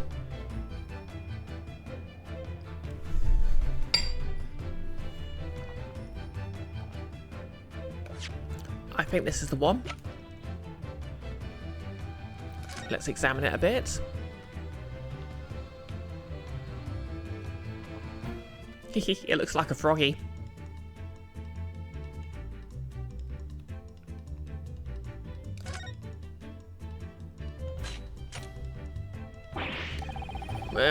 These vicious teeth look like could rip up through almost anything. They're good, aren't they? They're made of a special alloy I developed just for this job. Because it rotates 10 times per second, so it can get through any door in no time at all. And what are the two parts at the top there? Those are attaching hinges to the section of door that gets cut out. Right, of course. What if we can match this machine for power? It can make mincemeat of even the toughest doors. It sounds so charming and friendly when you say what it's for, but it feels like the reality of the cat flapper matter is that it's a grim weapon of door destruction.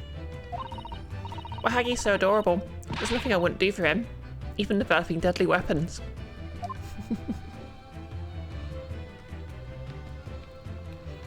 Yeah, that's the mood.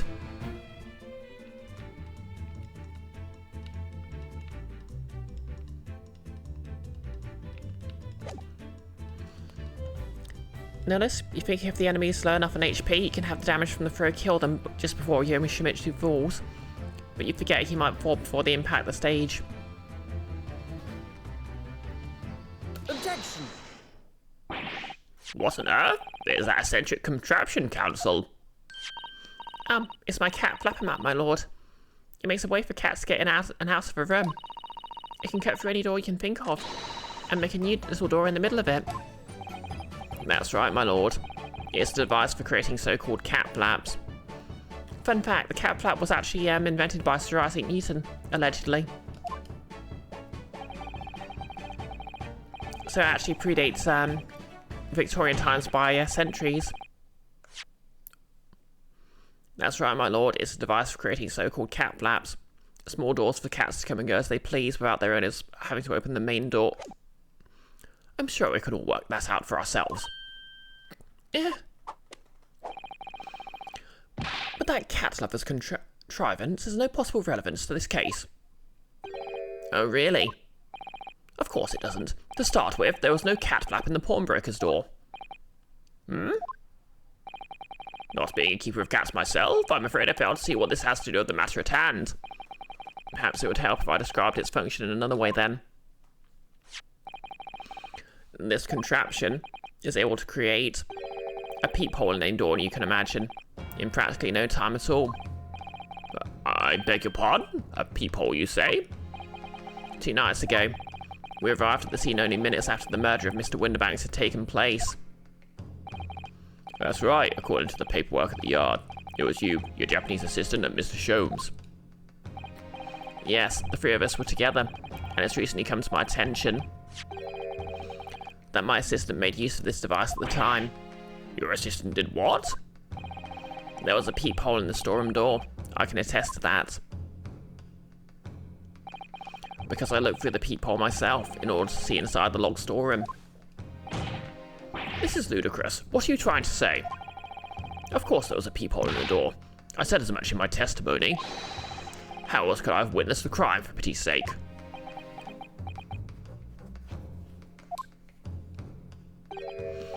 Yes, how could you? What? Counsel, kindly say what you mean. You're being very neurotypical here. Alright, it's time. Time to strike the final blow. What I mean is this, my lord. My assistant made the peephole in the storeroom door, and until such time as she did, the door had no hole in it to look through. What? No! Objection! This is a farce. Are you really suggesting that the peephole in the door was? Yes, it was created only after the incident had taken place by my judicial assistant using this device. Your assistant tampered with the crime scene while being fully aware of the gravity of her actions? This is a most serious act of vandalism. For which I humbly apologize, my lord. It was in the few minutes that I left the scene in order to pursue the Skulkin brothers and alert the police. Nevertheless, in the light of this new information, it becomes apparent that Mr. Graydon's testimony is riddled with holes. Okay, perfect pun there. Riddled with? Explain yourself, counsel. The majority of Graydon's testimony that appears to incriminate the defendant is based upon what he witnessed through the peephole in the storeroom door. Yes, that filthy girl shooting the man in the back. However, if at the time of the incident, that peephole did not exist in the door, there's no possible way that you could have seen what you claim to have seen. In short, your entire testimony is a pack of lies. Well, well, well. Order! Order! Order! Is there any credence in this revelation? Objection! None whatsoever, as my learned friend must surely realize. Exactly. This is just some cheap trick designed to discredit me. I'm afraid not, sir. Of course it is. Do you seriously expect people to believe that that plaything can cut through a solid wooden door? Oh yes, I designed it to be very, very powerful. It can cut even through the toughest of doors. That's absurd. I don't believe it for a second. I had a feeling you'd say that. What? Waggy, Cooey, time for dinner.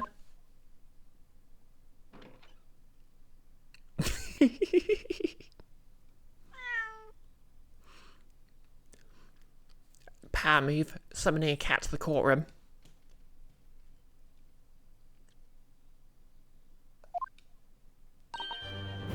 Well?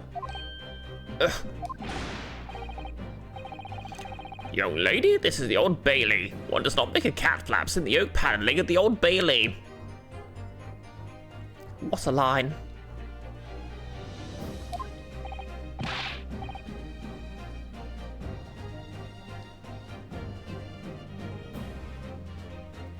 Also me failing to beat the allegations.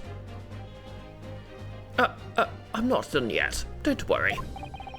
It doesn't mean that the peephole in the storeroom door at Winterbanks was made by your machine. And there's no way you can prove that it was. No, it's easy. What? The cat flaps in my cat flap mat creates are all of a fixed size, and the dimensions of the peephole at Winterbanks are an exact match. No less, one does not simply make a cat flap into Mordor. Exactly.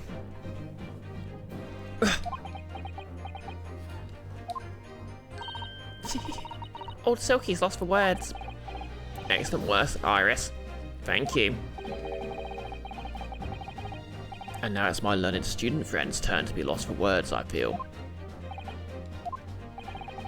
I believe your judicial assistant has already left the country for your Eastern Island home. Well, yeah, that's true. Then you may have some difficulty in establishing all the facts. For the sake of argument, let us assume the peephole has dimensions that are a perfect fit for this contraption. Notice, into wood door. It was right there. Yeah. One does not simply make a cat flap into wood door. Perfect. Or old door. Yeah, old door works a bit better because it's got the same cadence. Old door, more door.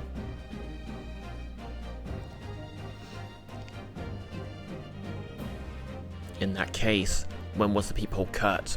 The prosecution demands proof of your answer. Actually, we can prove that quite easily.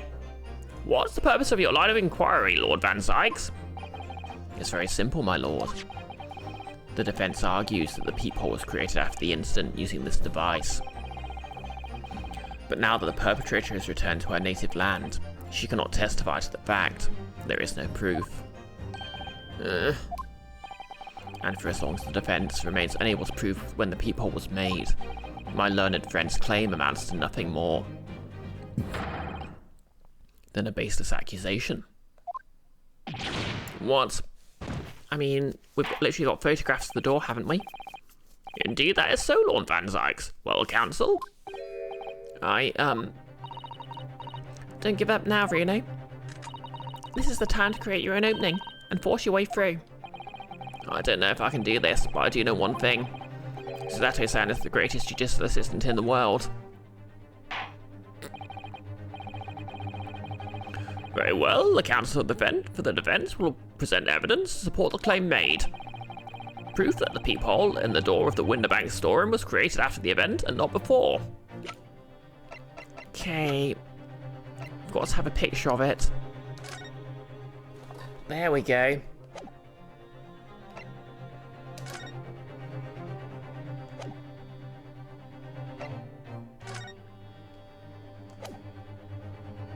Take that! What are you? A print from that detective's infernal cameras again. My judicial assistant, Mr. Zato Mikotoba, is an extremely intelligent and capable woman. Yeah, to be fair, I never noticed myself.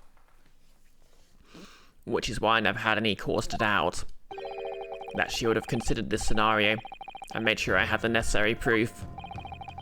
And the necessary proof is this photographic print, counsel?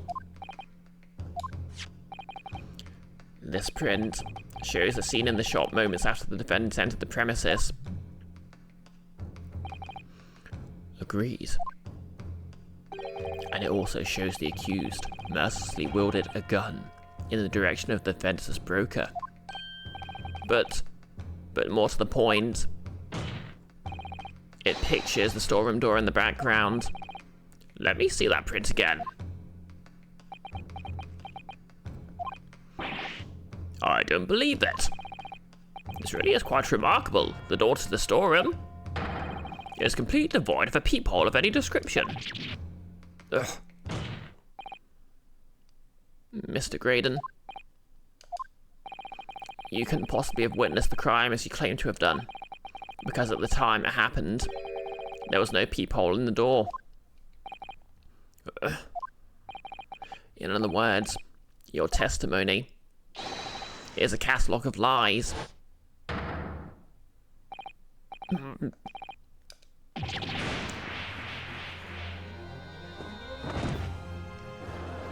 Well then.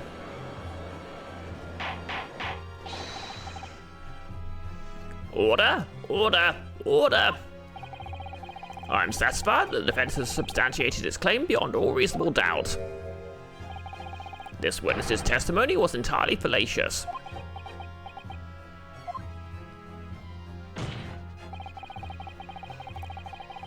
That's not the only thing we now know beyond all reasonable doubt. My learned friend's assistant's guilt can no longer be denied. The woman tampered with her crime scene. But more important... Oh no, she didn't, because it was literally a crime in progress.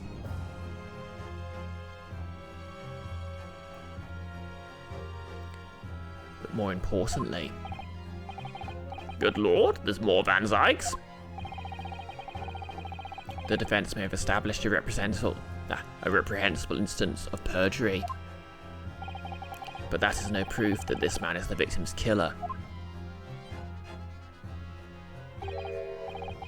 Yes, that's right. What? I was there, at the scene. It's true. And I was shot in the arm. It's true. But that's all. Yes, in fact, if you look at the circumstances, I'm the victim here. Oh, please. No. I don't believe this. But they're right. As it stands now, I don't have any definitive proof that he's a culprit. Still, you can't worm his way out of it now.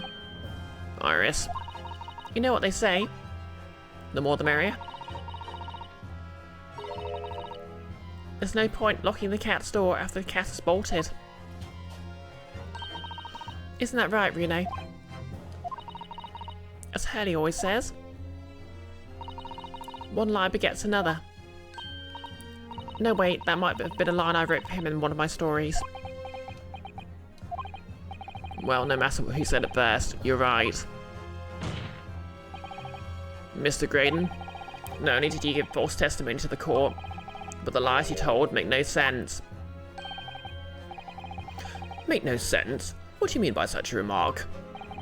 What you said in your testimony reveals that you know something you shouldn't have known. In other words, there's a fundamental inconsistency in your statements. What? Objection! This is provocative talk, counsel. Won't you enlighten the court? Explain this alleged inconsistency. No, this Graydon's spin move there reminds you of a weird wrestling match between, what's-his-face and Hollywood Hulk Hogan. What's his, I don't know, wrestling style I wouldn't know. But apparently they, oversold all Hogan's attacks, bouncing around the ring whenever Hogan threw a punch to disrespect him. I kind of like, that one twirling out of the way animation in Mario and Luigi.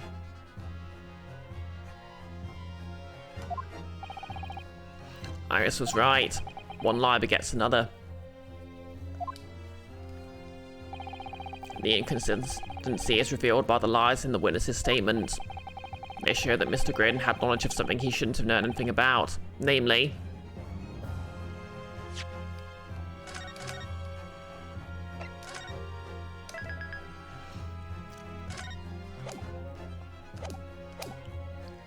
the bloodstains on the coat.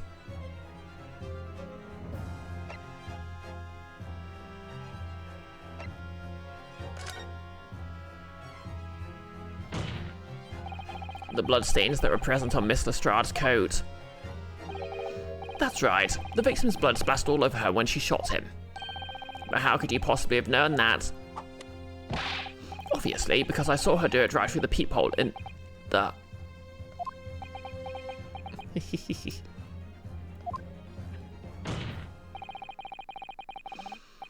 Nellis, Shawn Michaels, no wonder you couldn't remember his normie-ass name. Fair enough. The point is, not that you lied in your testimony, Mr. Graydon. It's the nature of the lie you concoct that is so revealing. You're not making any sense. Then let me ask you a simple question. How is it, Mr. Graydon, that you knew of the existence of the peephole in the storeroom door? What? Well, obviously,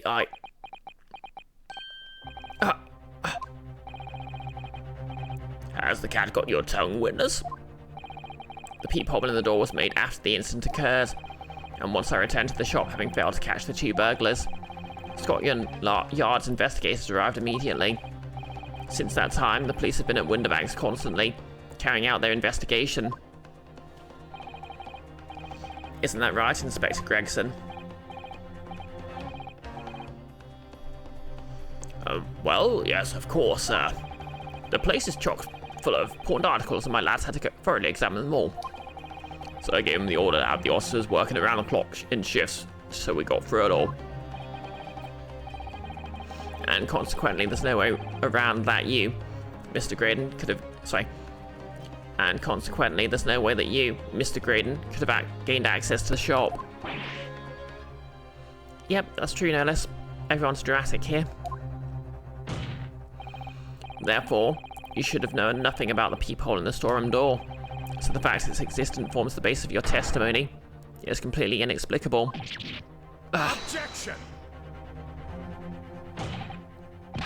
And yet, the fact remains that Mr. Graydon did maintain that he witnessed the crime taking place through the peephole in the door.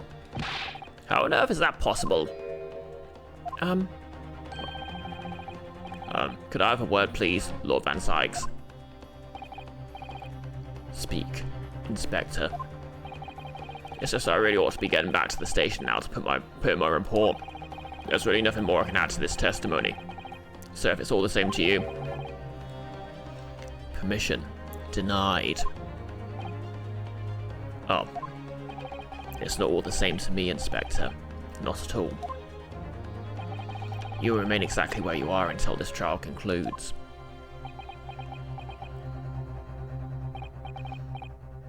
Of course, sir. Mr. Graydon?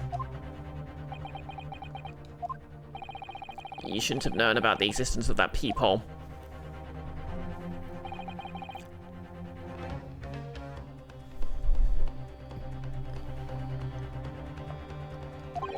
Which can only mean that you must have been informed about it by someone else.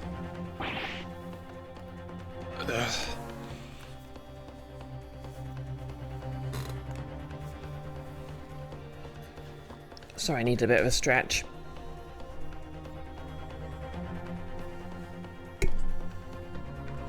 Oh, yep. And also let's...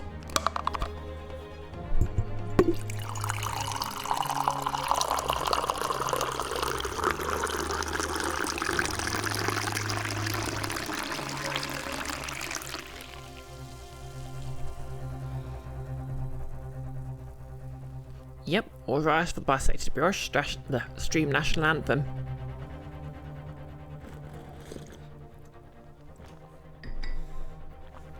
Also, don't forget to hydrate yourself and take a bathroom break if you need one.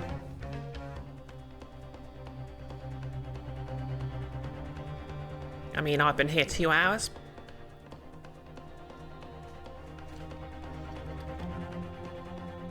Objection! Stop there, my learned friend.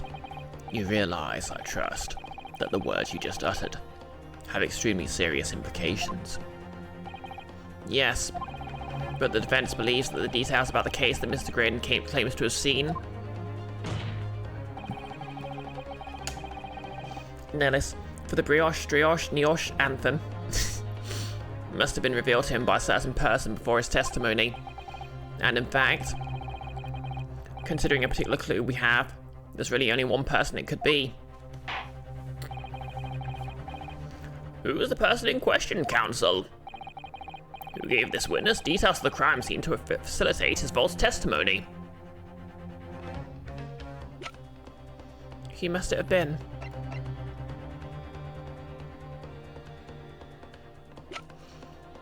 Was it the prosecutor?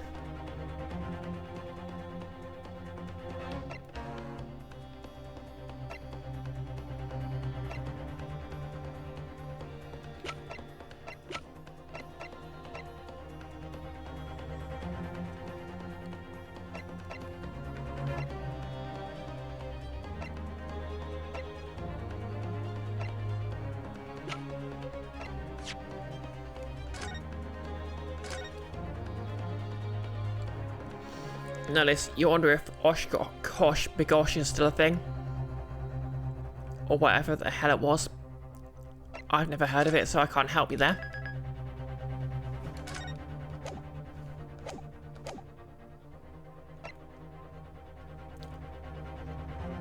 Wait, Van Zeeks is only 32?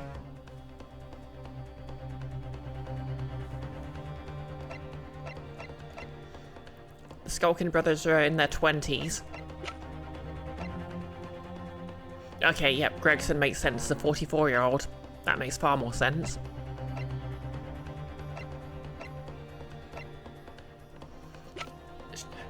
Herlock's only, like, 35? The hell? Whatever. Take that! This is the person in question, my lord. Objection. Whatever sins others may conceal, it's very clear who had the means to reveal information about the crime scene to the witnesses. Oh, drat. Wipe that drastic expression off your face and accept the penalty you deserve. Who knew about the peephole and bloodstains on Ginny's coat? And who had the opportunity to pass that information on to old Silky? I can only think of one person, Bruno. Yeah, sadly, so can I. Notice, to be honest, Zeke looks anywhere from 22 to 50. They're not counting how long he's been dead for. Perhaps you'd like to try answering the question again, Counsel. Okay, it was Zato. Take that! Wait, Zato's only 16? This is the person in question, my lord. Okay. Well, let's load this again.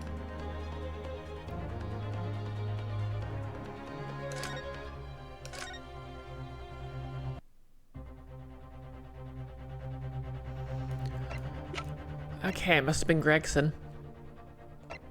Or maybe, yeah, Strongheart. Take that!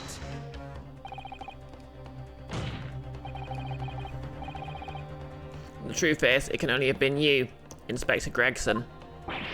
Hey, me? Objection! You had better have some proof to substantiate such a rash claim, my learned friend. Consider the fact that we have only been aware of Mr. Ashley Graydon's identity for the last few hours. We learned of it only during the course of this trial today. Indeed. Preparations for his testimony were made with great urgency during our hour-long recess, while the police executed the subpoena and brought the man here from the communications station.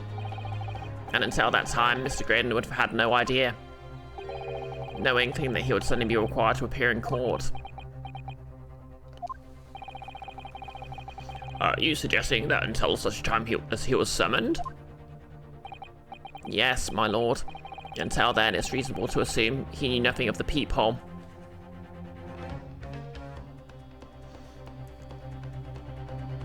Okay, that poll message just keeps appearing far more frequently than I set it to. It was only once Mr. Graydon was in the stand that he realised his position, that he would have to defend himself against the accusation he was the third intruder.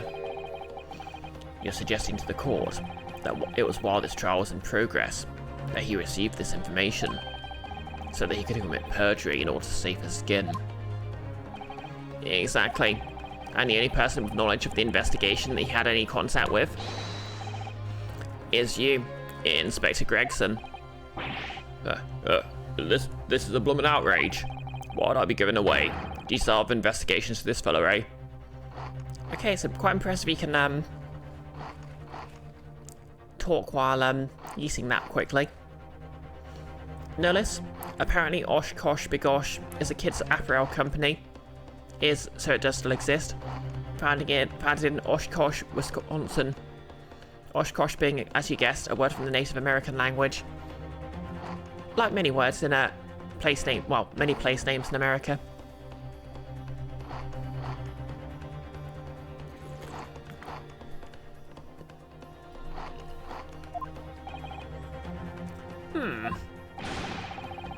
I was summoned to his lordship's chambers during the recess in any case. You've forgotten that? Quite true. I had a number of questions regarding the events that transpired at the pawnbrokery.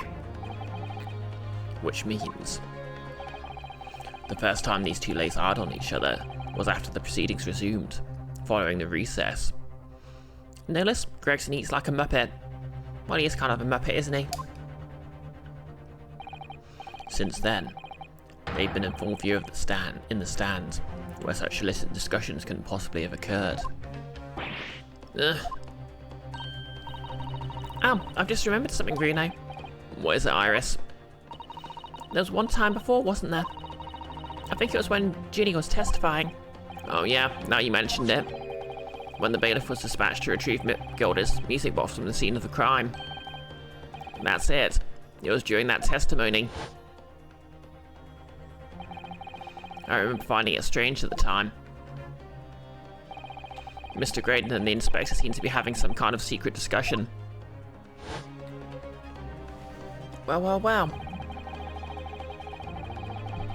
The copper is also bent. Well, what is it with cops in this game and tampering the scene of the crime and... Oh, okay, fair enough. It's the Met. It would have been possible for you to give Mr. Graydon the information he needed then.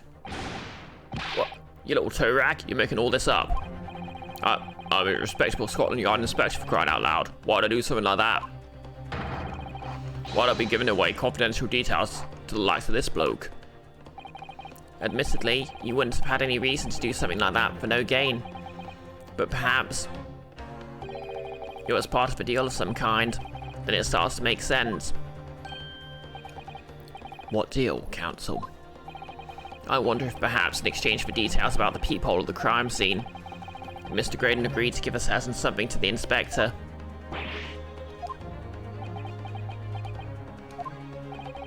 I'm sure I need not remind the inspector they have found to be true. Striking a deal of any kind with a witness would be considered a gross case of malfeasance. Well, Objection! It's becoming clear that jumping in with accusations is this Nipponese student's speciality. I don't do that. But with the stakes so high, the prosecution is not prepared to listen to baseless charges. It is incumbent on the defense now to present evidence in support of this diabolical claim. Evidence? Just what are you proposing that the inspector demanded of the witness in return?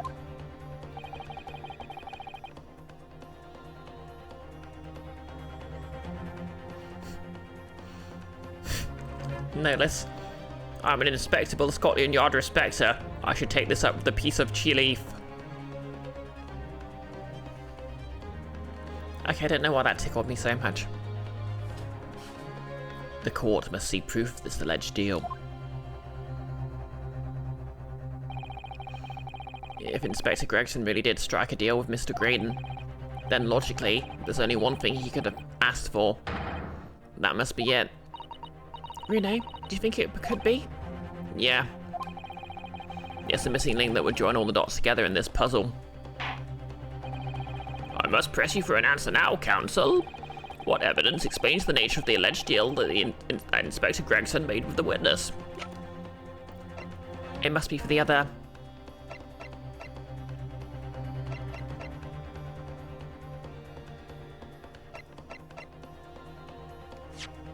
Okay, we're just gonna savey save.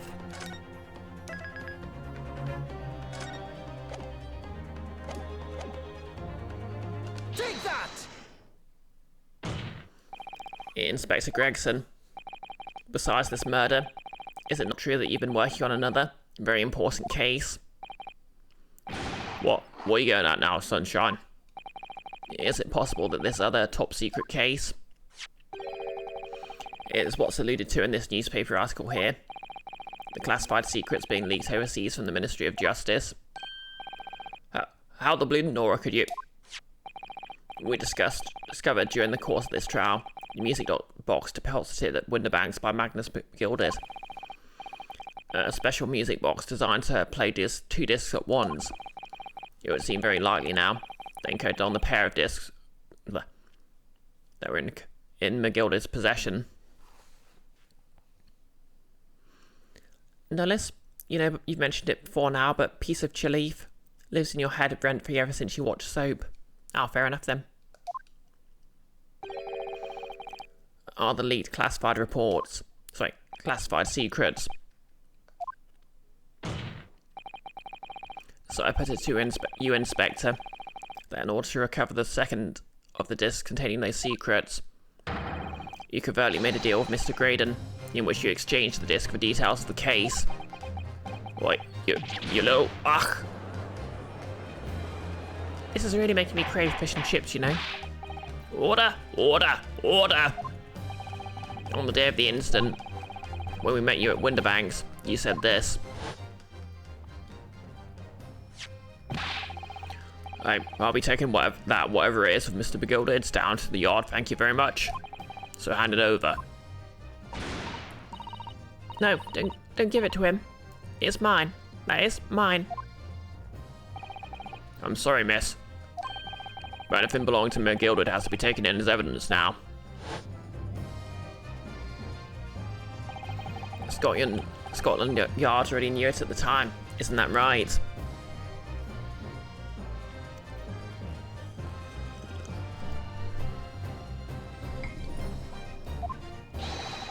That Magnus Begilded was involved in the stealing of government secrets. My orders were, recover the medium used to convey the secrets leaked from the ministry, and do it on the QT, strictly hush-hush. And that explains why, when I presented this disc as evidence to the court, you objected so heavily, I presume. Because you knew it contained highly confidential information. Blimey, not likely. I mean, I wasn't sure of it myself. I realised there was a possibility, that's all. Inspector? Surely you're not saying that in order to acquire the second of those music box discs, you did indeed reveal confidential details of the crime scene to the witness? To aid and abet this man in giving false testimony? There's no other way that Mr. Graydon could have known of the existence of the peephole. It's the only explanation. A deal was struck between these two men. No. Ugh. Objection! If, and I stress if, this sobering assertion turns out to be founded in truth, it would mean that the second disc is, as we speak, here in this very courtroom. Wait, what? In this room? How could you possibly make a claim like that? Because Inspector Gregson is a Scotland Yard detective. What? What's that supposed to mean, eh? As a seasoned policeman, the inspector will have approached this alleged deal with caution. Certainly he would not have accepted the gentleman's agreement in this matter. No, he would have insisted on having the article agreed upon in the palm of his hand. Good gracious, then you mean to say? Inspector Gregson already has the item in question in his possession? He has the second disc actually on his person? Yes! The defense demands the inspector is searched at once. Definitely. They could only have struck a deal with each other when Ginny was testifying before. And Gregsy hasn't moved from the witness stand since. My lord, please, order an examination of his personal effects immediately. Well, Inspector?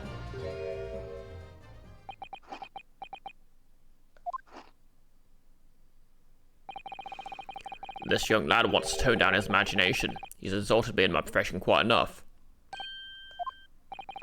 However, if it will put this matter to bed and dispel any doubts about my involvement, then I'll happily submit to a body search. What? He's going to agree to it? I presume you're aware of the precipice on which you now teeter, my learned student friend. You've made a most serious allegation against Scotland Yard here. If, following the search for the inspector's personal effects, no disc is found, you'll be deemed unfit for court service. This trial will end, and my country's government will formally demand of yours that you are severely reprimanded. That sounds serious. Indeed. To have a visiting student make such defamatory remarks about our country's most senior police force? Of course, as a local Brit, I can of course say whatever I want about the Met. Because they fucking suck. Balls. And they harbour murderers. And then beat up people who hold vigils for said murderers' victims. And don't even get... sorry, I'm going off a tangent here. Nullis, hidden is vaccinated somehow. I mean, it's possible. It is not something Her Majesty's government will be able to overlook. You're just threatening Runo because you're scared. The accusation is beyond serious.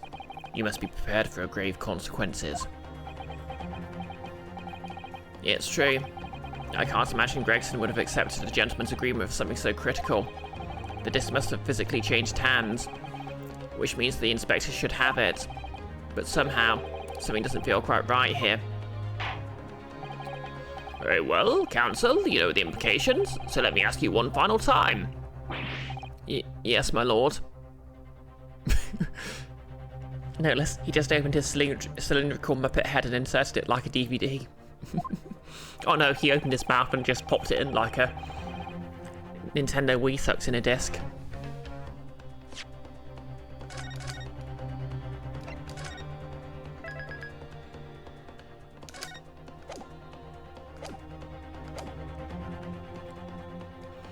Okay, here we go.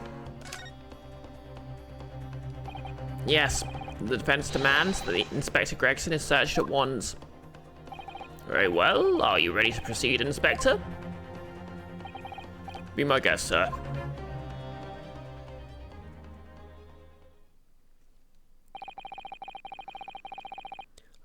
And so, a brief body search was carried out by the court bailiff. A few short minutes later, it was revealed that the inspector had nothing unusual on his person at all.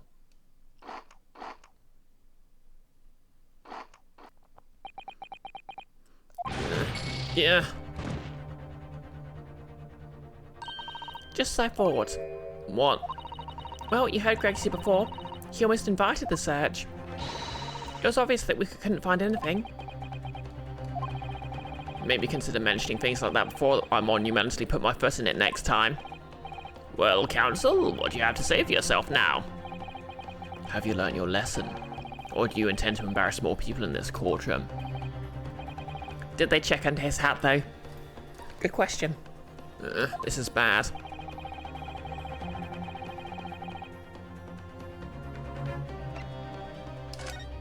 Okay, search someone else? Yes, the defense formally demands the search be conducted. Well? Don't say you weren't warned, but your typical Nipponese stubbornness may well land you in hot water this time. As an aside,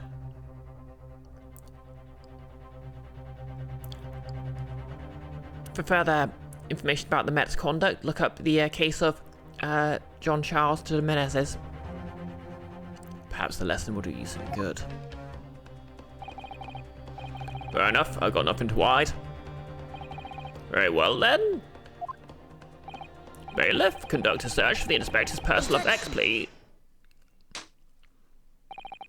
The defense demands a search, but not of Inspector Gregson. Strong, call an ambulance, but not for me, energy. What? Oh, what's all this? I'm the one you're accusing, aren't I? I thought you wanted to search me. No, Inspector, not you.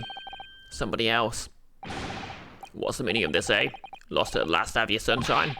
The court should never put you up with this nonsense. You've been completely irrational. Oh yeah, he could have palmed it off to the Skulkin brothers. Be quiet, all of you.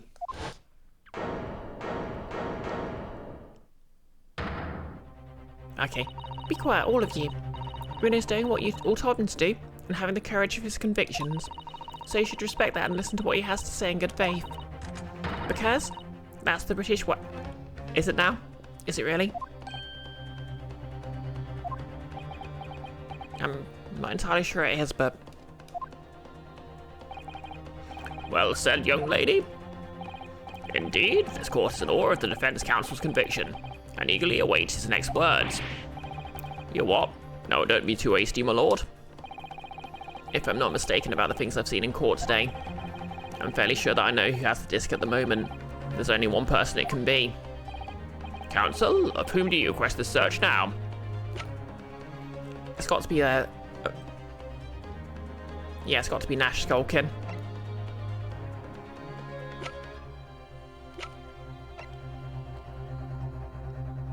Take that! Of my lord, Mr. Nash Skulkin. Well, I never. Eh? Blimey? Me?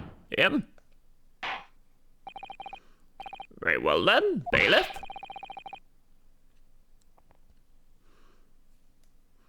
Nullis, you thought that was hanging on in quiet despair. Wait, no, that's the English way. I mean... Hold it! Oi, please, my lord.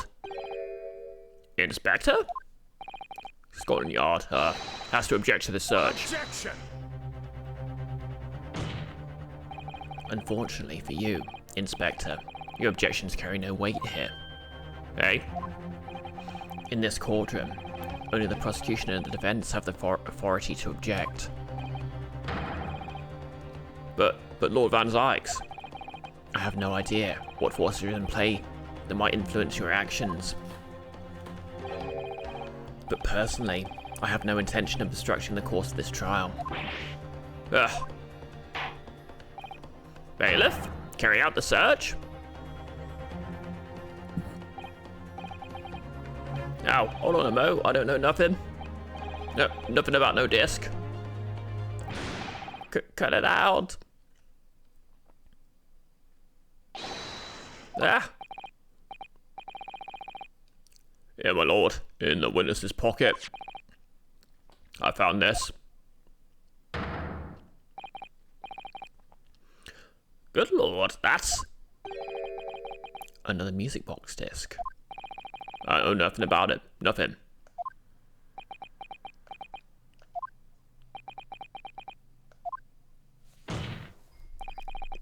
That's the second music box disc left behind by Magnus McGilded.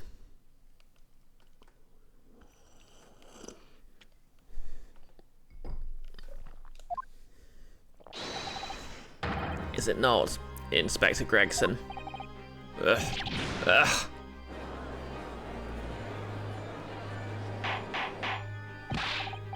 Order! Order! Order! Mr. Skulkin, what do you have to say for yourself?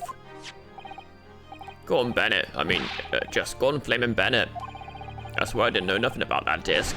Honest to God. Counsel, would you please explain exactly what is going on here? The alleged deal that was struck between this witness and this detective, no? Without question, my lord. And for pity's sake,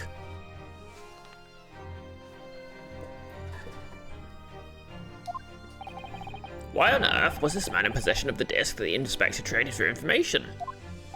Really should make sure I sit up straight. Inspector Gregson is a shrewd and calculating man who rarely loses his composure. But at one particular point in this trial, he exhibited some unusual behaviour for a brief moment.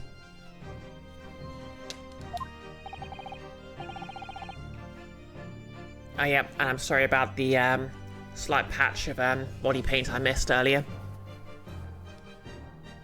I don't recall. What unusual behaviour? Ugh. It was, yes, during my cross-examination of Mr. Graydon. Tell me, Mr. Graydon, when you left the pawnbrokery that night, was it by any chance with the second disc in your jacket pocket? I admit to nothing of the sort. While Mr. Graydon answered my questions, the inspector appeared to have grabbed Nash Skulkin by his coat and was shaking him violently.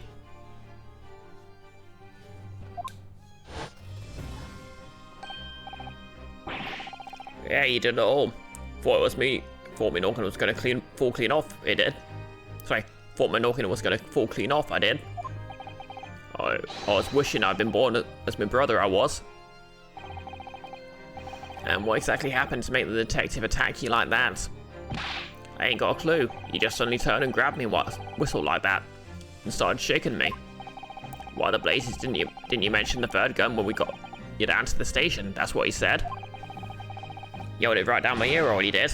Yeah, it's still throbbing now. The way the detective behaved then was extremely out of character, but looking back now, it must have been then that he did it. That was the opportunity Inspector Gregson created for himself in order to hide the disc. Well, bless my wig, he hid it? You? Well, I'm afraid I fail to comprehend the motive here. If the detective had acquired the disc he was after, why on earth would he then proceed to hide it in another man's pocket? This is a court of law. He could have submitted the item as evidence. It would appear, my lord, that the inspector was not at liberty to do that. Why ever not? As the man himself revealed earlier, his current assignment has some special conditions.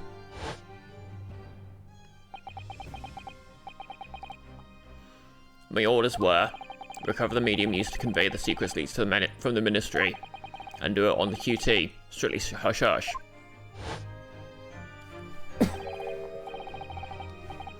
Hush-hush? Top secret assignment, is that? As far as we're aware, the information stolen comes from confidential government communications. It would seem that if information were to be revealed in court as evidence, it would be problematic. Does that sum up the situation, Inspector? I'm operating under direct orders from the Ministry. I'm afraid I'm not at liberty to answer that question. So, realising there was a chance that you may be searched here in court, you took steps to hide the disc you have acquired from the witness. Oh, does this mean? He only pretended to attack Mr. Skulkin in order to get close enough to him to slip the second disc into his pocket. So, it was all a pretense.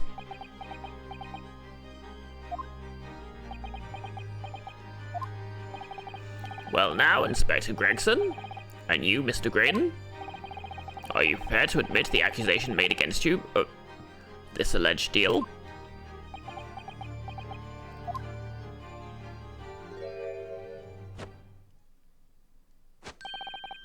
Admit to it, yours truly, please. Mr. Graydon, clearly our Eastern visitor has an uncommonly active imagination. However, there's no proof that I passed the disc to the inspector. Objection! But then, how do you explain the reason why you knew about the peephole? I'm under no obligation to explain. What? Yes, I lied in my testimony. That I admit. So sentence me accordingly. But that is all I admit. Murder, leaking government secrets, striking a deal with the detective. All of it is this young Eastern man's fancy. I have no idea what any of this is about. You... what?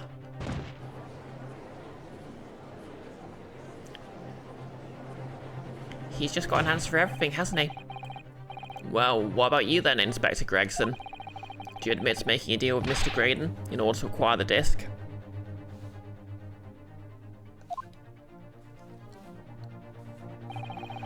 Ladies and gents of the jury, as a Scotland Yard Inspector, I will declare this and nothing more. I am acting in the best interest of the country, and whatever I've done, it's been in the name of justice. So, as members of the public of this fine country, I'd like to think that justice will be your guiding light when you're making your decisions.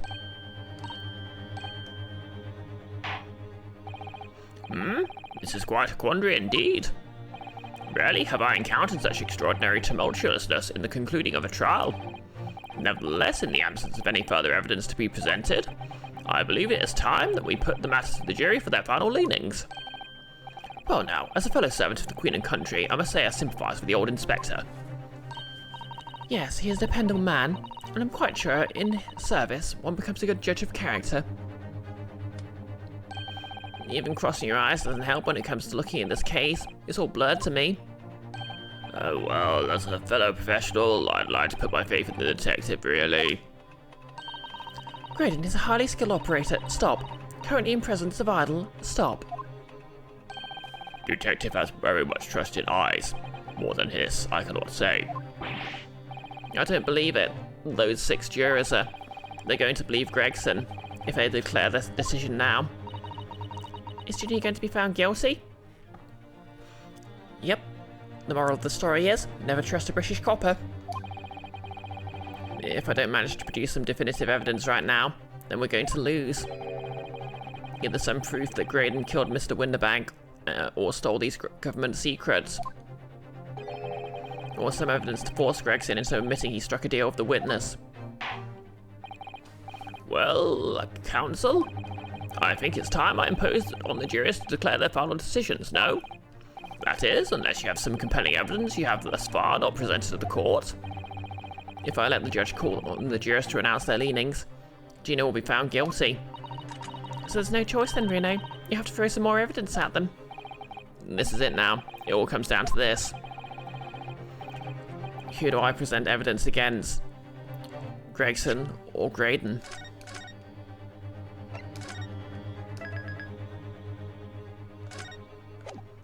Okay, here we go. It's a two-dimensional quandary. I have to pick the right person and the right evidence. And let's try the copper. Inspector Gregson, there is one final piece of evidence I would like you to see. Hey, what's that then? If you refuse to acknowledge that you did in fact strike a deal with the witness here today, then you leave us no choice but to examine this piece of evidence thoroughly. Well, go on. This is my last chance. It looks like I'm going to have to force his hand here. One final piece of evidence to get this detective to admit the deal he clearly struck with Graydon. Can we just play the secrets in court? That'd show him. I'm not sure how, but it would show him.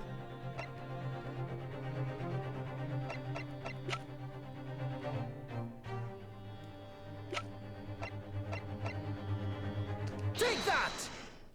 Okay, I guess so.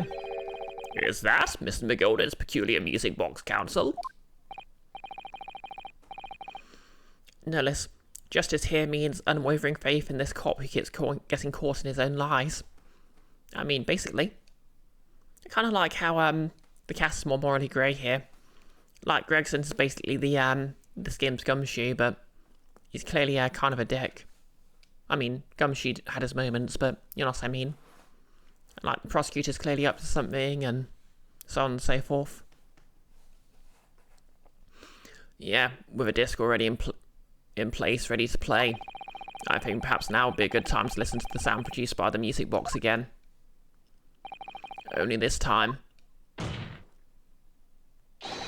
with the second disc we've just discovered set in place as well. Goes this disc, counsel? Yeah, I'm sure leaking government secrets in court will go well for us. Unless there's something like parliamentary privilege going on. Hold it! Oh wait, I can't let you do that. Why not? Because, well, this has got nothing to do with this case, that's why. Objection! Not true, Inspector. Hey? The defence has already proposed that the sounds heard by the court earlier from this music box were part of a Morse code message. We know that Morse code comprises of 2 distinct tones. The defence believes that the second disc contains the second tone needed to complete the message. And now we have a chance to confirm that theory. For crying out loud, Sunshine, we're talking state secrets here. If you go letting the whole courtroom hear confidential information like that, it's treason. Be a lawyer, do crime. Wait, no. Then do you admit the charge? That in order to protect these state secrets, you engaged in unlawful dealings with the witness? You're mad.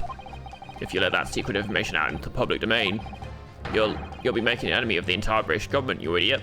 Objection! Let's not forget, Inspector, that you, a Scotland Yard officer, leak confidential case details to a witness. that you continue to lie in court, and all because, by fair means or foul, you're determined to do your duty. Well, by fair means or foul, I'm prepared to do mine. Don't you dare. I will stop at nothing to protect my client. I don't care who I make an enemy of. Damn. My lord, if you please, the court must hear the sounds made by the music box. Come on, Van Sykes. For Pete's sake, stop him. Objection! Always gets me off guard every time he does that leg move. Inspector, you should know my methods by now. I'm a prosecutor. I'm no Scotland Yard puppet. Ugh. In this courtroom, my duty is to the law. So let me propose a toast to uncovering the truth, by fair means or foul. No. Very well, the defence's stance here and that of the prosecution has been made very clear, I feel. Therefore, in accordance with the defence's request, the court will now listen as this music box is set in operation once more. This time, the second disc in place, and both discs playing simultaneously.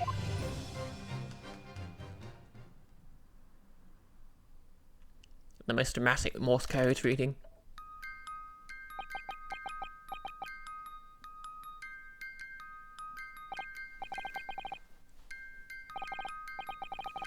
Now listen to that, it's unmistakable now. It's Morse code.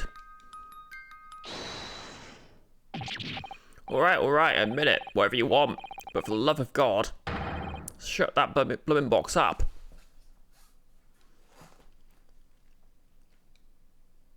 Oh. Is Ryan K going to get in trouble here? I mean, I assume not, because he's probably still a lawyer in the second game, but still. Let me ask you again then, Inspector Gregson. Did you, or did you not, strike a deal with the witness next to you in the stand, Mr. Ashley Graydon? Specifically, did you furnish the witness with confidential case details in exchange for this music box disc? Did you reveal the existence of the peephole in the pawnbroker's storeroom, Inspector?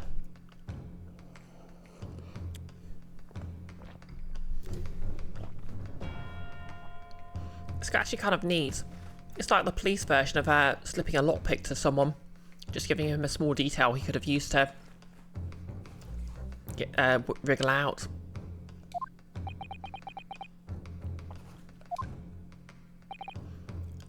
Yeah, I did. Stop! What are you doing, man? It's all exactly like the young Eastern lawyer said, when the trial resumed after recess, and we stood here in a stand together. That's when he approached me with the deal. Shut up, you imbecile. Shut up. Psst, you there. You're the detective who turned up at the pawnbroker the other day, aren't you? I may have something you're looking for, Inspector. With me at this very moment. So how about a trade? I suggest you accept. Or information that may make certain individuals uncomfortable will soon be very public indeed. I couldn't let that information become public knowledge, not under any circumstances. So I accepted the man's proposal. I told him details about the case that should have put him in the clear. The peephole in the storeroom door, and the bloodstains on the overcoat. By giving false testimony, this witness intended to have the defendant wrongly accused of murder. Inspector, you knew that, yet you still revealed those details to facilitate the witness's perjury.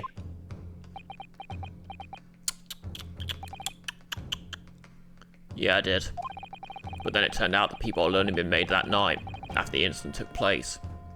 Wait, so how did Sato-san know to make that known? Scotland Yard wasn't aware of that, if I'm personally honest. Well, Mr. Graydon, what do you have to say for yourself? Oh. There's nothing and no one left for you to hide behind. You struck a deal with the inspector in order to escape conviction of a very serious crime. Namely this. You're the third intruder who broke into the pawnbroker the night in question. And you perpetrated the murder of the proprietor, Mr. Pop Winterbank. You... Traitor.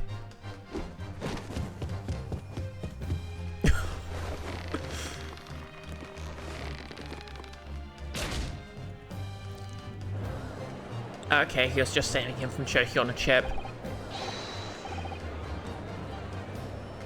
Oh yeah, of course, notice. Suzate's a time traveller. How could I forget? Bailiff! Bailiff! Restrain that man! At once!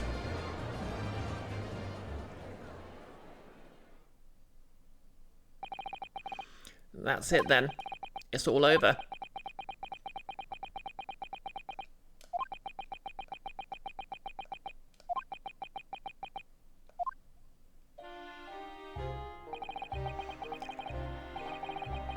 I despise my life growing up. Those slums are vile places. I was cursed from birth, born into poverty, the son of a penniless artisan. My parents did nothing but quarrel all day all long. What little money they had was never spent on me.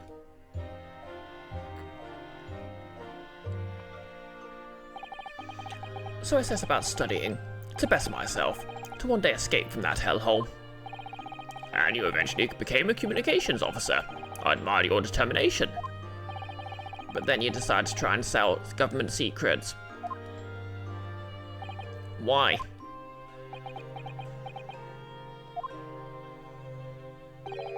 Isn't it obvious? Because I wanted money. Even now, years later, the nightmares of my life in the slums wake me in the small hours. I wanted to drown them out, with more money than anyone who lived in that squalor could ever imagine.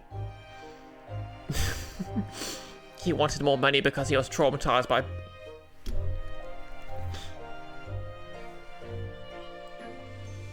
Can you imagine certain well-known political figures trying to make this argument? It's like, oh yeah, I had to do all those heinous things because I was traumatized by not having money. Then one day, I met him. Mr. Magnus McGilded. You're a fiend with a queer talent, so you are. I've got money to throw you away if you're interested. All you need to do is go along with my little plan now. I was to steal the Ministry's telegraphic message logs, and McGilded would buy them for a handsome sum. As I was responsible for inspections of the Ministry's communication office, it was a simple enough task. The lure of the devil's offerings. How easy it is to succumb. But you must have surely realized the seriousness of the crime you were committing. And for that reason, I took great lengths to ensure my actions were untraceable. By using the music box.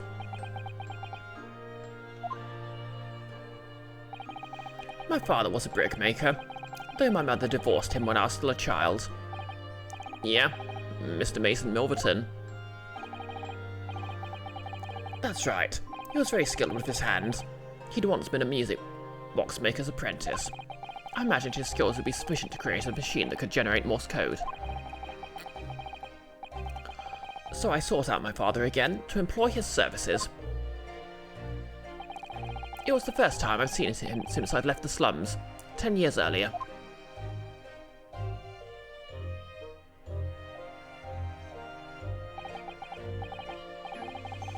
Oh, look at you, Ashley. What a fine gent you've become, eh? He was a different man to the one in my memory. A thin, frail old man. But poverty had never broken him, never corrupted him like it had me. I was sure that he wouldn't help me if I told him the real reason. So I made up a story. I've got some work for you, Father. I need some music box discs made. Music box discs, eh? A musician friend of mine has written some music he wants to sell to the public. I brought the score with me. There are two, actually. I'd be delighted, son. It's been 20 years since I did any work like this, though. Fetch my tools, would you? They're in the loft. Wait, so he had the Morse code in the form of music scores. So why does he even need to do the whole thing with the music encoding? he could literally have disguised them as anything else.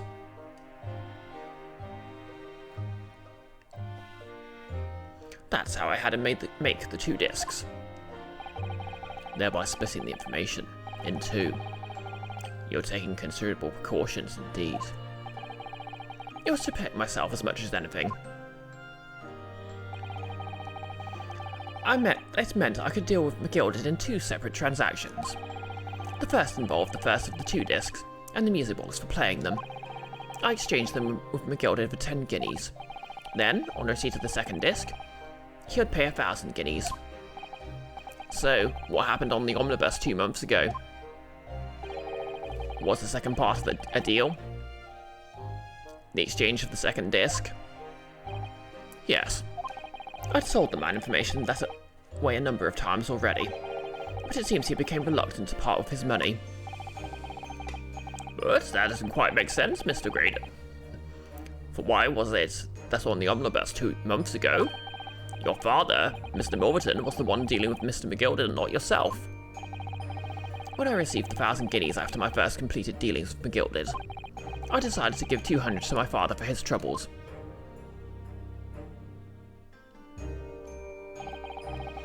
But my father realised something was amiss. In time, he worked out that I must have been involved in something dubious. And when he did, he said to me,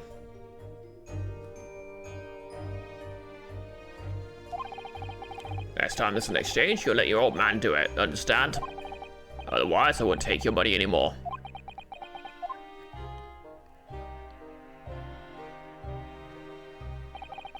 That was my father's way of dealing with it, I suppose.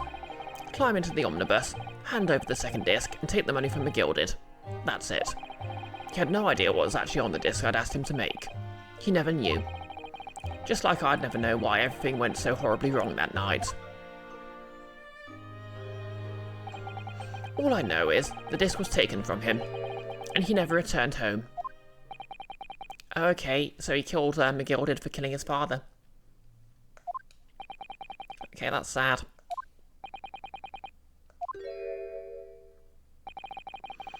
It was only then that I found out what sort of monster McGilded really was. So after 10 years of not once uttering it, I swore on my father's name. Okay, I like this guy a lot more now. To exact revenge.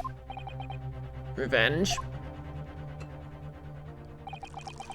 As anyone with even the remotest knowledge of the man will no doubt be able to imagine, McGilded brought all his wealth and influence to bear in the most despicable of ways. To crush any semblance of justice in his trial. The crime scene was tampered with, evidence was fixed, and witnesses were bribed. That trial 2 months ago was a fast start to finish. My feet had barely touched British soil back then, and I walked into that hornet's nest completely unaware of the sinister background to it all. Wait, does this mean the Lord Justice was in on it too, since he made sure Ranosuke was his lawyer?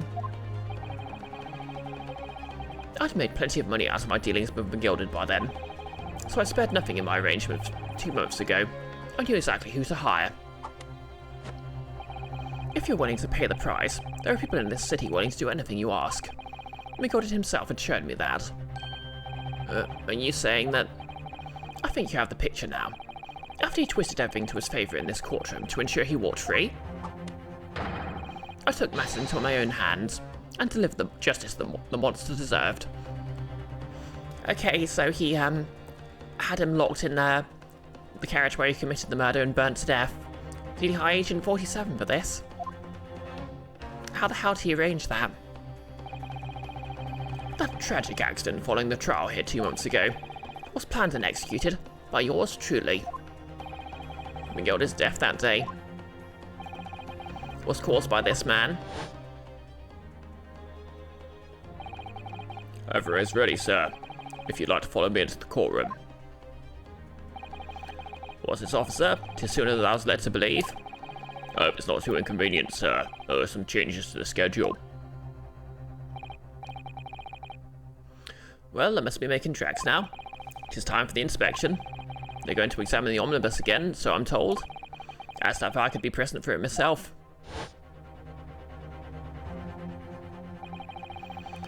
So that policeman who came to tell McGilded he could examine the omnibus again.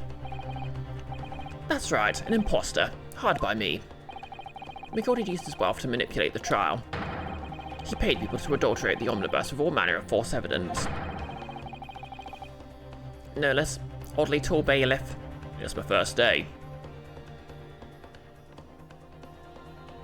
He threatened witnesses to lie in their testimony.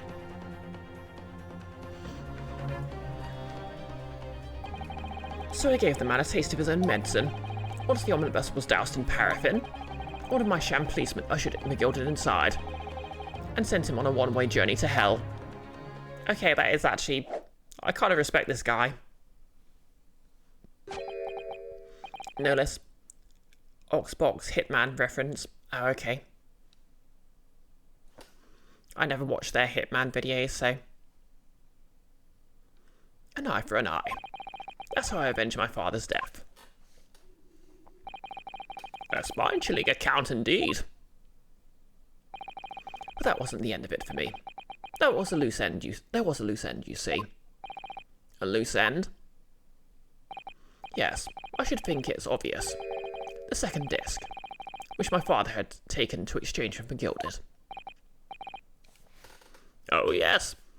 Ah, yeah, if only he'd just spoken to Gina, pointed out that McGilded was a complete and utter piece of the shoot, and just paid her some money, he could have avoided all this. Oh, yes? Yeah, no, he shouldn't be this redeemable. And, like, to be fair, at the end of it all, he is trying to frame a teenage girl for murder, so... I mean, okay, yes, murder's pretty bad, but the guy was a jerk. Oh, accidentally went forward. Ah, yes? There was indeed no mention of this in the man's trial 2 months ago. Clearly because it had been removed from the scene of the crime. When I realised it was missing, I remembered something. Something from the first time I dealt with McGilded.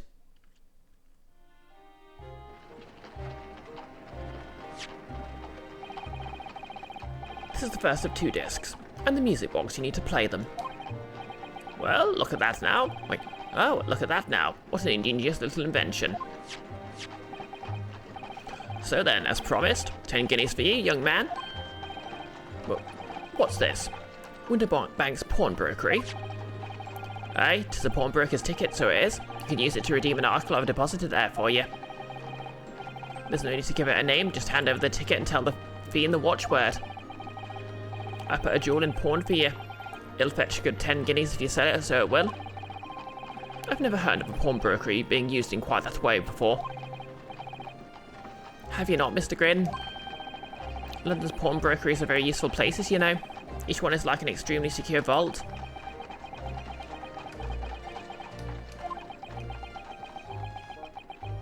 I'm trying my best to give McGilded a northern accent because there's no way in hell I'm trying an Irish accent.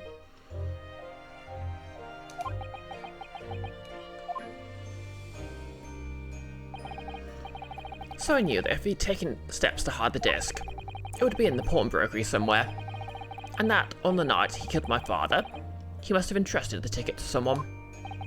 Yeah, to Gina.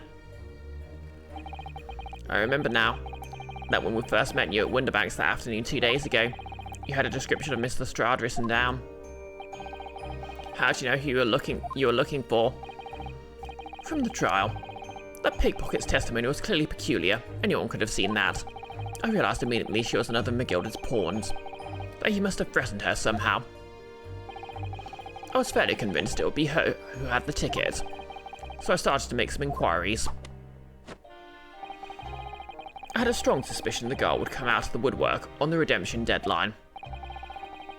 And he was absolutely right. And yes, sure enough, she did. All I needed to do was wait until the girl went to the Winterbanks to redeem the articles. But unfortunately, she redeemed only McGilded's overcoat and the one disc that was in its pocket. The all-important music box with the second disc inside was missing, because it had already been forfeited 2 days earlier. But I was unaware of that fact. Had I not been, I could have avoided my nighttime excursion. Meanwhile, as our investigation into the stolen government secrets was progressing, we'd picked up the fact that McGilded was involved. Inspector, you recovered fast. My orders were to recover the stolen information as quickly as possible, so we started gathering the fella's possessions and examining them whatever we could lay our hands on. Hey Taras, how's it going? You're just in time for the finale. Long story short, our teenage rogue friend is accused of murder, but we've proved that this guy in the white suit did it, and also he's been stealing government secrets, and this detective here tried to cut a deal with him to help him frame said girl in order to get hold of the secrets again. And all around, everyone involved is just being kind of a dick. Oh, also, our client from 2 cases ago was an actual murderer. And he got murdered in return by the person in the white suit because the victim was his father.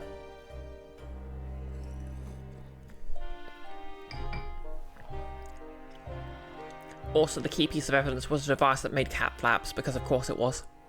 How are you doing anyway? We had a full-scale investigation going on in the yard. We had to keep it as quiet as we could. Then, when the inspector here took the disc from me in the pawnbrokery that day, I became nervous. I was sure that the music box and the second disc were still there in the shop somewhere. So I knew it was a race against time. I had to find those articles before the police did. So that's what prompted you to break into the place that same night. With the help of your old friends, the Skulkin brothers.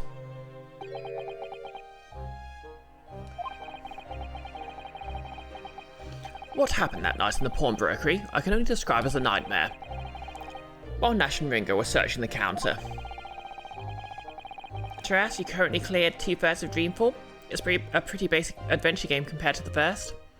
Oh yeah, I think I remember that. Dreamfall, the longest journey for the PS2, I want to say. I think I remember the review in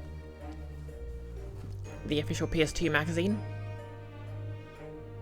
Notice, the Ace Attorney games usually have this few cases. I feel weird that this is managing to be this complicated with only... yeah, you're right, there's been 5 cases. Like, the original trilogy only had 4 cases per game, apart from the DS remake, which was the only English translation, which added a 5th case to use the DS's features. And yeah, you're right, there was 2 before we even got to Britain. I'd located the music box I sold to McGilded on the shelves of the forfeited articles. And the second disc was inside. Yes, I slipped it into my pocket with a very deep sigh of relief. But then, something entirely unexpected happened. Hey, what are you doing in my shop? Bang. Notice, where's that swan hat lady? Come to think of it, she never showed up again. Oh yeah, I was kind of sure she was going to show up again. Just because, I think it was, she went back to England, so you'd have thought she'd have shown up. Yeah, maybe she was a character in the second game. A gunshot rang out in the shop and I felt a sharp pain in my left arm. The broker fired his gun, and the bullet pierced your limb. Yes, exactly. But unfortunately, I decided to bring my own gun with me that night, just in case. Bang.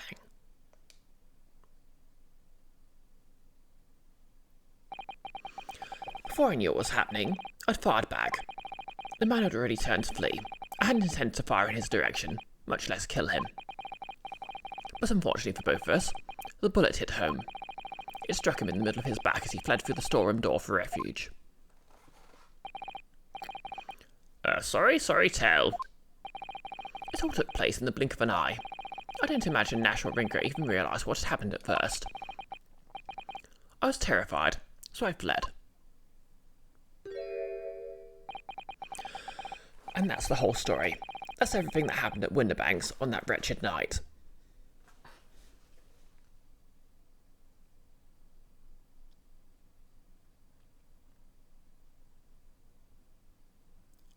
Oh no, we saw the bloodstain earlier. It was his elbow. And here's me thinking this would be a short finale. Looks like we're nearly up to the 3-hour mark.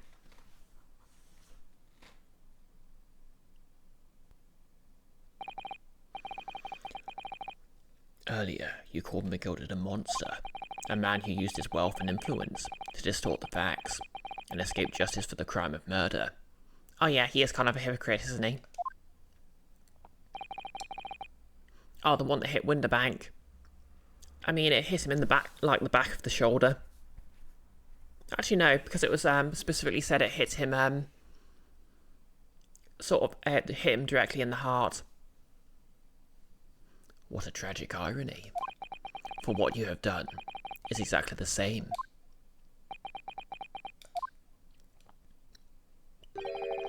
You've become the very monster that you saw and despised so deeply in McGilded.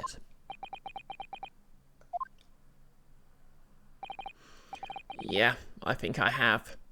Sorry, yes, I think I have. Well, this has been a long and exhausting trial. However, it would seem that at last we have arrived at the truth. Inspector Gregson, what of Mr. Ashley Graydon? He has been restrained, my lord, and has been escorted to the yard. He'll be charged for the murder of Mr. Winterbank and the stealing of government secrets. And also, I'm going to bill him for my fish and chips. Very good. And you, Inspector, regrettably, you'll have to face charges yourself.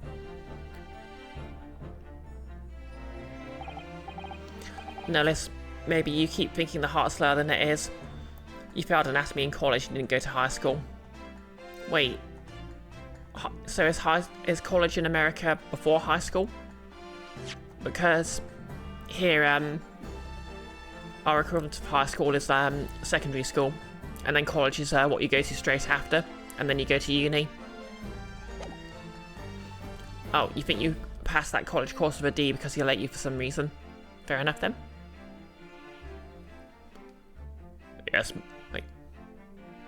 Yes, my lord, of course. It transpires that you were complicit in helping a criminal escape justice. That fact remains, whether or not you were doing so in the line of duty.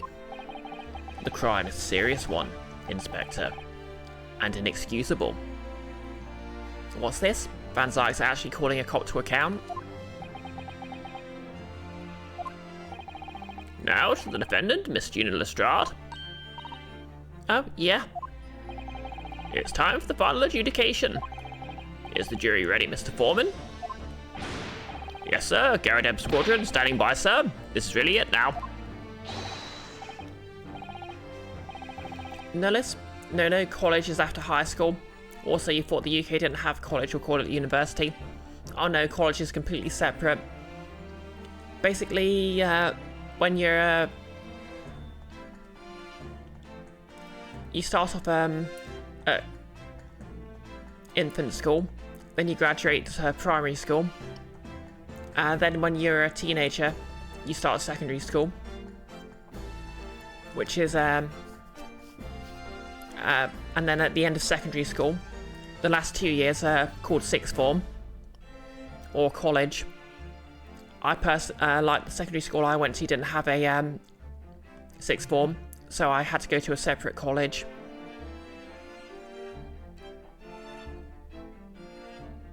I think they've changed it up quite a bit, but when I was there, you did SATs halfway through, then you did GCSEs,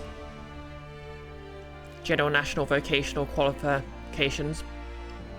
Sorry, no. GCSE, I keep forgetting what GCSE stands for actually. General... oh wait, General Secondary Education. Or something like that. And I also did a GMVQ, which is basically a course that's equivalent to 4 GCSEs in IT. Oh, thanks to the hydrate terrace. I was beginning to fade a bit there.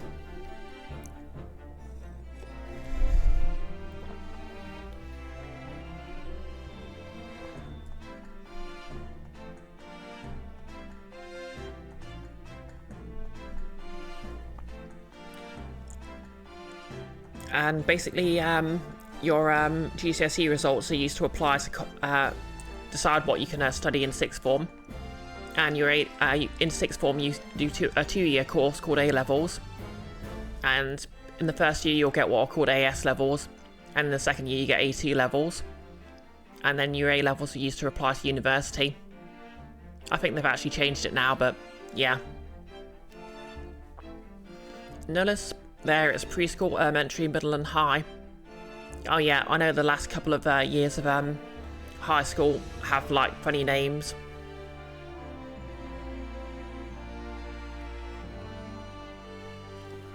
But yeah, basically you apply to universities based on your GCSE results, and you'll be made an offer from universities or turned down. Generally speaking, the better your sort of education, the more likely you are to get into the university you want to. And of course, like Oxford and Cambridge, or Oxbridge they're called, only accept either very wealthy students or someone who did really, really well. Personally, I got 11 out of 11 GCSEs, which is considered quite impressive. Although 4 of those were a GNVQ. And I took a free period instead of doing 12 of them.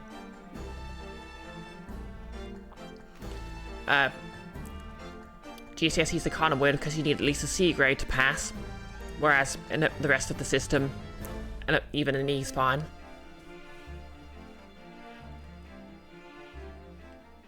The last push, the final call, the finishing whistle. My men are ready to deliver their verdicts. Oh, Mr. Foreman, are the women also men? Yes, sir, fuck you. Bit of a Scott Pilgrim reference for you there. Thank you, Mr. Foreman.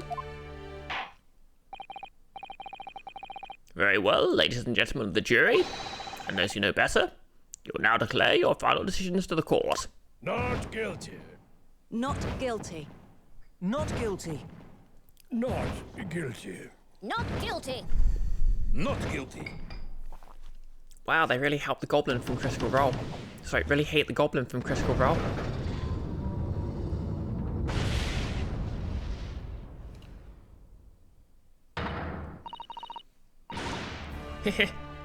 That's the stuff. I'm off the oak. Finally, Reno, you managed to do it. Finally is the word. I really wasn't sure if we'd come out on top for a while there. Susie was right. You're the best lawyer in the world. Miss Lestrade, I'm not finished with you yet. Hey, what are you looking at me like that for? Alright, all the perjury. Before you start enjoying your freedom, there are certain other crimes to consider. Hey? Hey? 2 months ago, in my courtroom no less, you gave false testimony, did you not? And in relation to the trial today, not only did you unlawfully enter Mr. Winterbank's pawnbrokery, you also attempted to abscond with Mr. McGildy's property, it seems. Eh? I never done nothing of the sort. Of course not.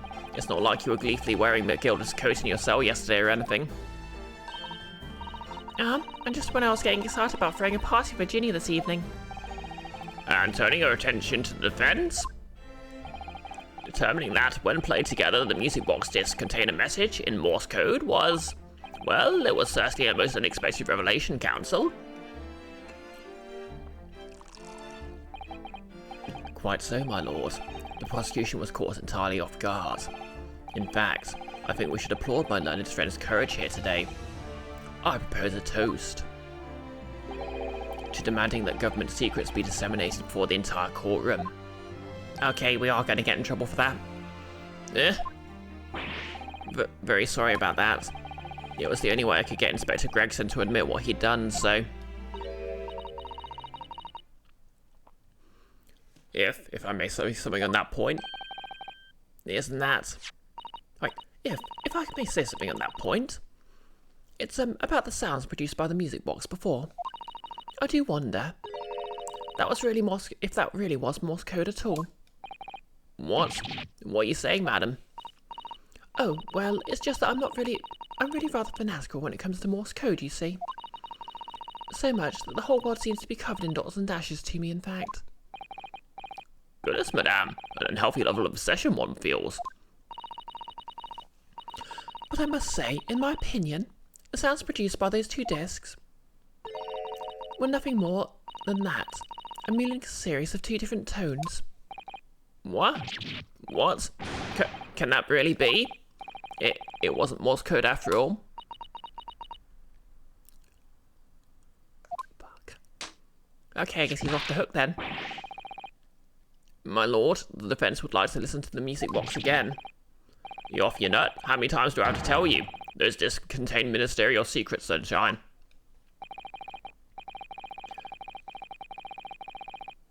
This courtroom is not an appropriate forum to discuss the nature of government communications.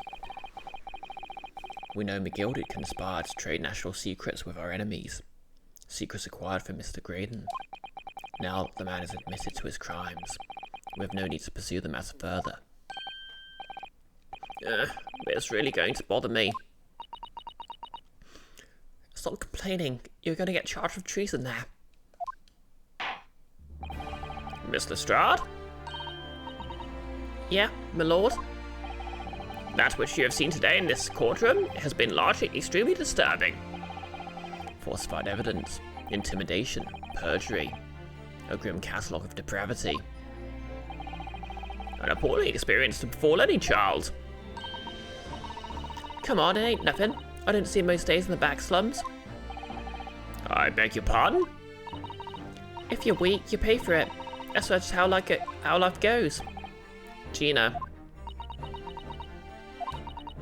But look, I reckon I worked something out today. The world ain't fair. If you want it to change, you gotta start at home. You gotta change how you are yourself. Well, that's a very laudable lesson, I would say. I eagerly look forward to the born-again Miss Lestrade never gracing my courtroom with her presence again. Now, with regard to the murder of Mr. Pop Winterbank, the proprietor of a pawnbrokery business on Baker Street, I hereby declare the defendant, Miss Gina Lestrade. Yay! She can go to prison for everything else. I guess the judge's last sort of statement implied that she'd Oh, come on, you're going to get in trouble for that as well. Why's that got fireworks in it now?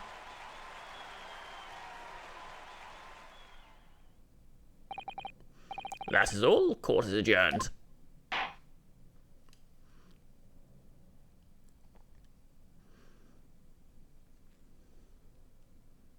Have they just been standing there for the last 10 minutes or something? That feeling when everyone else has left the Discord call. On a personal note, I must say, you've surprised me, my Far Eastern friend. Oh? Despite being a Nipponese, you saw through the pretense to the malice that vested within that Englishman. I mean, to be fair, if you see someone who, like, see your average English person, there's probably, something up, they're up to something, aren't they? And at the same time, saw through the grime at the surprising heart of your English client. You have a curious talent for judging character, especially considering our very different cultures. I don't think there's anything curious about it. Whether we're from the Empire of Great Britain or the Empire of Japan, we're all human beings who love doing colonialism. We're not so very different on the inside. You know, I took this case for one very simple reason. To lock swords with you, once again, here in the courtroom. You did? When I encountered you for the first time 2 months ago, it reminded me of toasting friendship and trust with another Nipponese, only to find my trust betrayed. Okay. Backstory time? Through you, I hope to look into the eyes of the man I once knew and try to understand. Okay, I guess this entire game happened because he met one other Japanese person who was a dick. You mentioned something similar earlier today about total betrayal at the hands of the Japanese. What happened exactly? Well, you may ask. And one day, when the time comes, you'll learn the answer, whether you like it or not. Yeah, clearly Van Zyx has been tormented by a time traveller.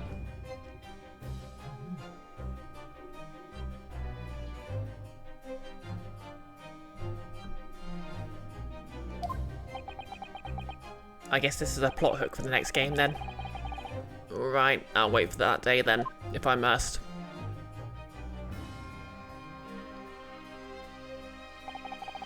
Coming to be known as the Reaper of the Bailey, and my retirement from service 5 years ago, it gives me cause to wonder if our meeting has some deeper purpose.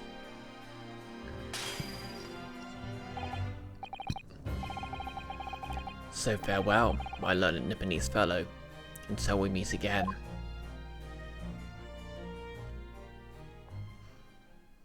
And I guess no one was charged with treason that day. Oh, no one else was charged with treason. 17th of April, 5:24 PM, the Old Bailey, defendant's antechamber. It's done. It's over at last. But where's Iris disappeared to? Oh, congratulations, Gina. I knew it all along. I knew that you were innocent.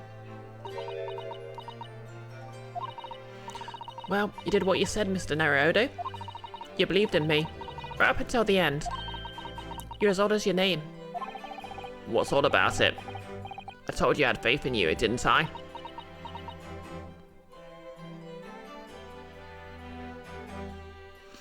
Notice, if only one of the two wasn't like literally twice the other's age. Oh, come on, we all know Naruhodo's heart belongs to his dead friend. No, never as before, see? Kept a promise, I mean, properly. That's awful. I figured out something out today. All my life, growing up in the slums, I never trusted no one. Well, that's just because I've been scared of being stabbed in the back. I mean, the more you trust someone, the more it hurts when they let you down. Yeah, I think I can understand that. After all, I had a taste of it in that trial 2 months ago. I chose to trust someone and paid for it. That betrayal left a big scar. You know though, Gina, I worked something out quite recently too. Trusting in someone else is really an exercise in learning to trust yourself. And when your gut tells you it's the right thing to do, and your trust is rewarded, there's no better feeling in the world.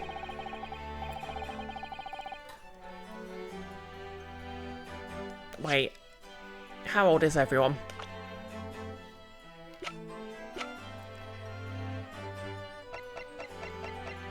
Okay, so I'm going to assume Rhinosuke is like 16 or 18.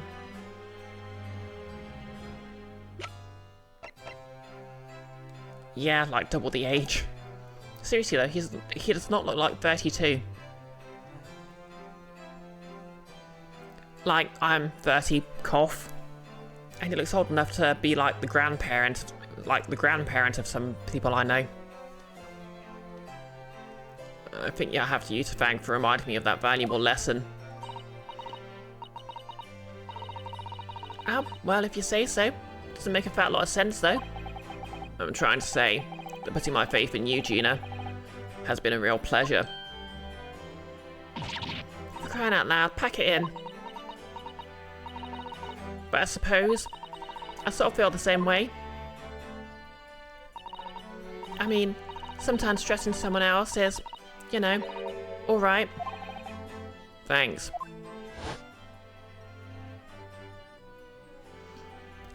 No, he looks anime 32, which to say is real life 24. This is the way I see it, Rhinosuke. A defense lawyer is only as good as faith in his client. And that comes down to how much faith he has in himself. After this experience, I'm starting to feel like I understand what you meant.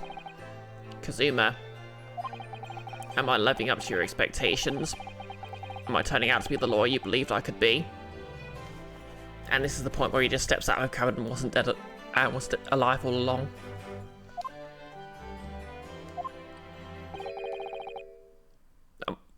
Don't tell me that's about to happen. Pardon the interruption. Oh yeah, that guy.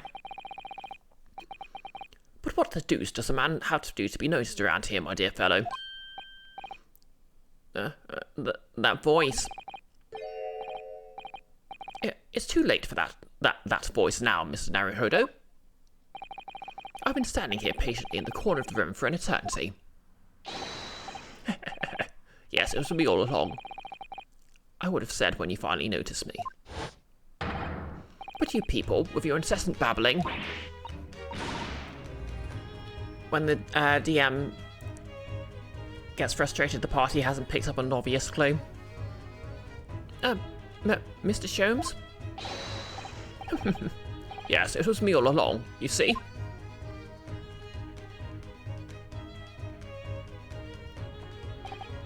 Did he get changed right in front of them?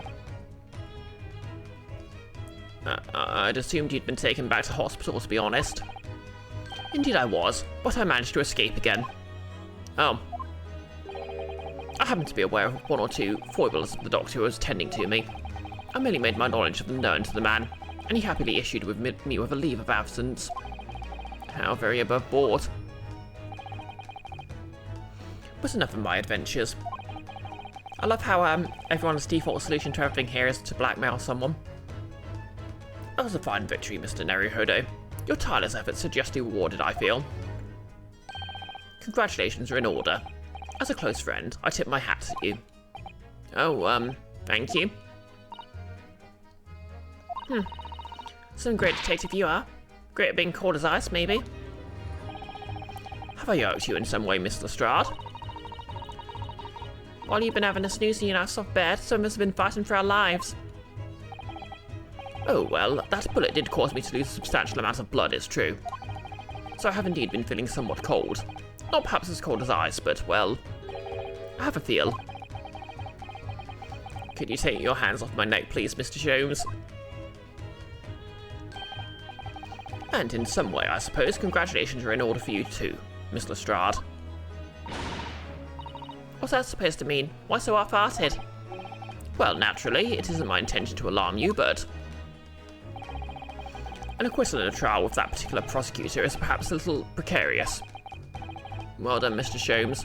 Not alarming in the slightest. Ah, the Reaper, you mean? Because anyone who's found not guilty in a trial he was working on winds up dead anyway? Is that it? The very point I was trying to make. As exemplified by the face of Mr. McGilded, in fact. Ah, but of course, I pay no attention to such irritation or drivel myself.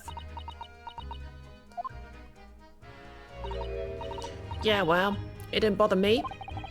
Oh, really? Of course not. Way I see it, the Reaper's a bit like him upstairs. Him upstairs? You mean like God? Yeah, him upstairs knows what's what, right? He knows what people are like on the inside. You ain't ever got the wrong end of the stick. There are some coves like that bog trotter who will rotten to the core.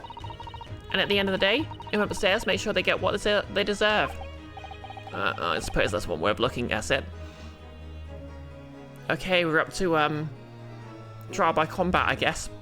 Trial by complicated mystery. Notice that poet guy got home fine, probably. To be fair, he was an actual historical person. So yeah, he did. He presumably canonically did. I looked it up after the stream and it turns out, yeah, he was an actual Japanese poet.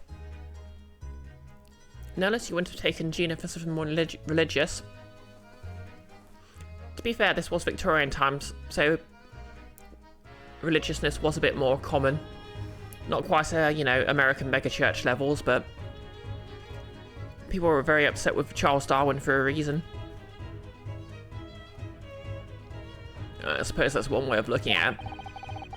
Divine justice is one thing, though. The Reaper taking matters into his own hands and claiming lives is another.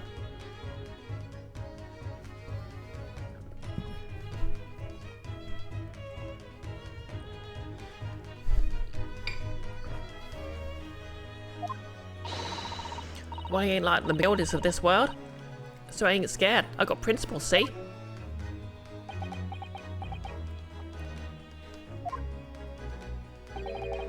A trait in you which is to be admired, Mr. Strahd. Oh, I just give it a rest, alright? As I was saying, congratulations are in order. News of your acquittal was very welcome news to me indeed. Let me express my heartfelt congratulations, Gina. Well, there you are, Hurley. How long have you been here? Honestly, I went to the main entrance especially to meet you there. Oh, Iris, my dear. I do apologise. But wait until I tell you what happened. This pair made utter fools of themselves. What happened? As you know, I have a penchant for disguise. I was hiding in this room dressed as a bailiff. But these dolls didn't notice my presence at all. I had no idea. Can you imagine, Iris? Would you credit it? I'm not sure, really. I beg your pardon? I'm sorry, Hurley, but you just don't have the weighty presence you seem to think you have. In fact, you really ought to be careful about that. It's going to land you in trouble one day. I'll be careful. Ouch. Anyway, it's such a shame.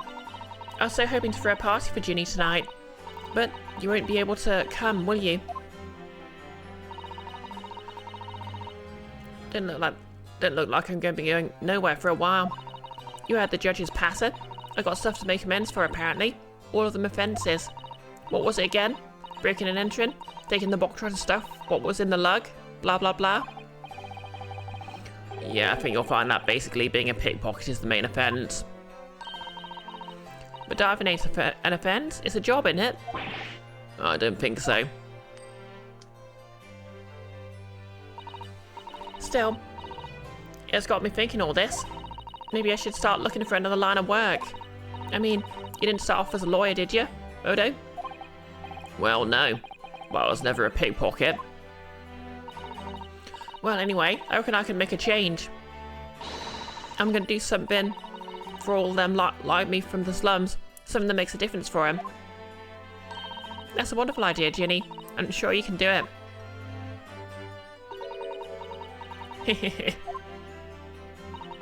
What is it?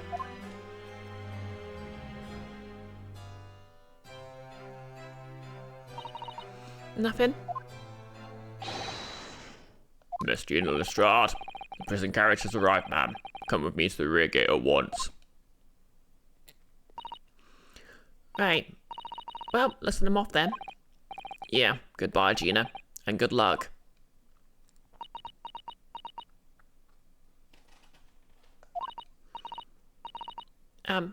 Odo? Yeah?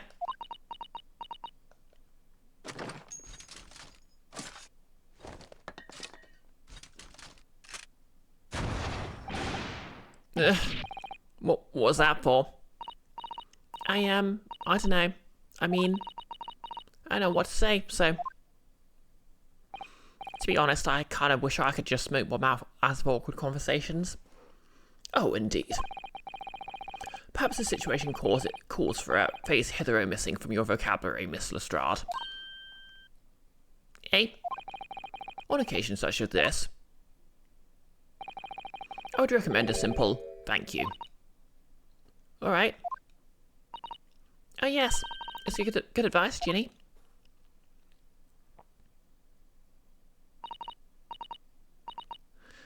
Hey, I see. Well...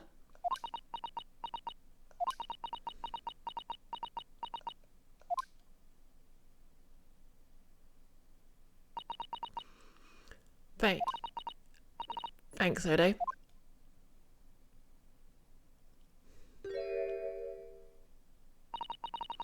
Thank you for everything what you done. For believing in me. Not at all. In fact, that should be my line. Thank you, Gina.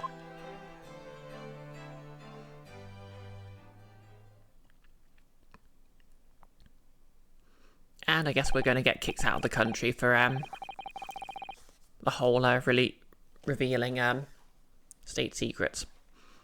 Well, there she goes. I wonder if I'll ever see her again. In the sequel. Well, well, quite the indomitable pig purse. Oh, I nearly forgot. I bought a paper outside.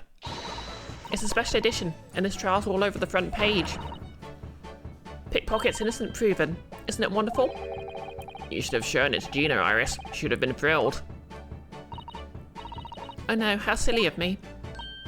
Oh, but anyway, would you like the good news or the bad news? Not again. Well, what do you say, Reno? Hurley? As usual, I think I'd rather get the bad news out of the way first. Absolutely not. I have no intention of listening to anything but good news. And there you have it. How people answer that question says a lot about them, doesn't it? Let's not go there. Alright then. Maybe let's start with the good news this time. The rain has finally stopped. It was a record level of rainfall, apparently. Well, that is good news indeed. We can journey back in greater comfort. Alright then, what's the bad news? A huge storm has left the seas very choppy. The channel in particular is awful, so sailings out of Dover have been delayed by a day or more. Wait, Dover? That's right. If we head to the station immediately, we may still be able to make it in time to wave Susie off. But, there won't be a train, surely. We couldn't be that lucky. What do you think I am, Mr. Naruhodo? Mr. Sholmes?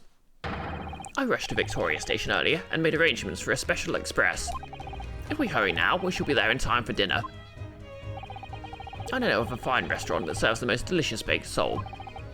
I don't. The great detective does it again. Indeed he does. I happen to be aware of a number of the rail transport director's foibles. What? Okay, that Sholmes' solution to everything now. Blackmail.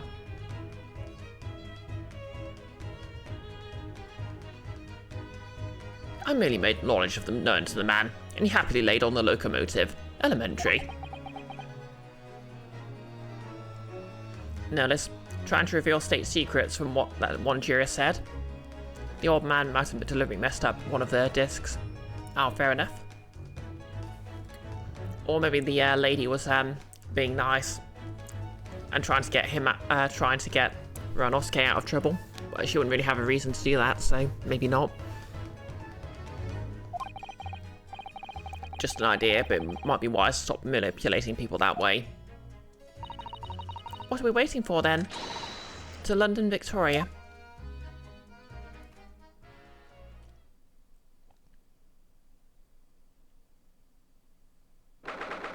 "18th of April, 5:32 a.m. Port of Dover, Quayside." That took somewhat longer than I had anticipated. Susie's boat must be about to leave now. Mrs. Asso, where are you? Over there, look. It looks like she's reading something. Hold it! Yes, indeed. Icky? Nanny? Mrs. Asso, wait. What are you doing?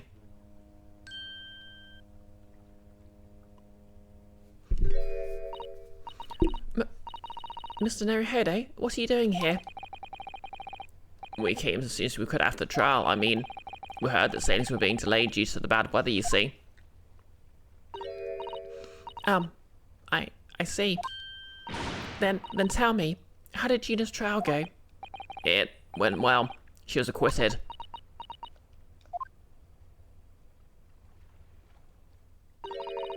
That's wonderful. Really wonderful news.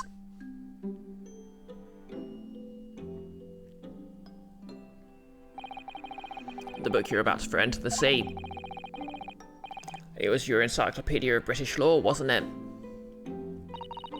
Oh dear. I was hoping you hadn't seen that. I'm not worthy of practicing law in any way now. So, I'll say my final farewell. You are saying goodbye to law? You, Suzato-san? Would I be correct in assuming it's because of the peephole, Miss Suzato? I deliberately altered the scene of the crime, and then I tried to hide the fact. What I did is utterly unforgivable. That reminds me. How do you even come to have this, Susie? On the evening of the incident, Mr. Sholmes had invited Gina to dinner, if you remember. Oh yeah, we had a wonderful time. Well, Gina gave us a little introductory lesson, didn't she? To the art of pickpocketing, I mean. Oh, that was so much fun. I stole Ronan's armband. Yes, please don't do that again, Iris. That band's very important to me. Well, if it's so important, you should pay more attention to it. You didn't notice for ages. On a whim, I thought it'd be fun to see if I could take the cap flapper mat, so I put it up my sleeve. Really? And then I rather forgot about it, until I found myself in Mr. Winterbank's shop with it later that night. I see. Oh wait, so if she did it because she wanted to get to Gina, that wasn't tampering with the scene of the crime at all. The crime was still in progress. It was just a thing that happened. And then...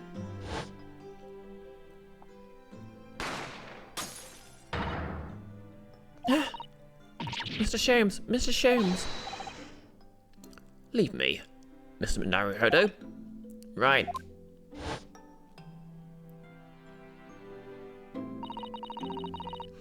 After Mr. Naruhodo had left the shop, I started to think. That door started to play on my mind.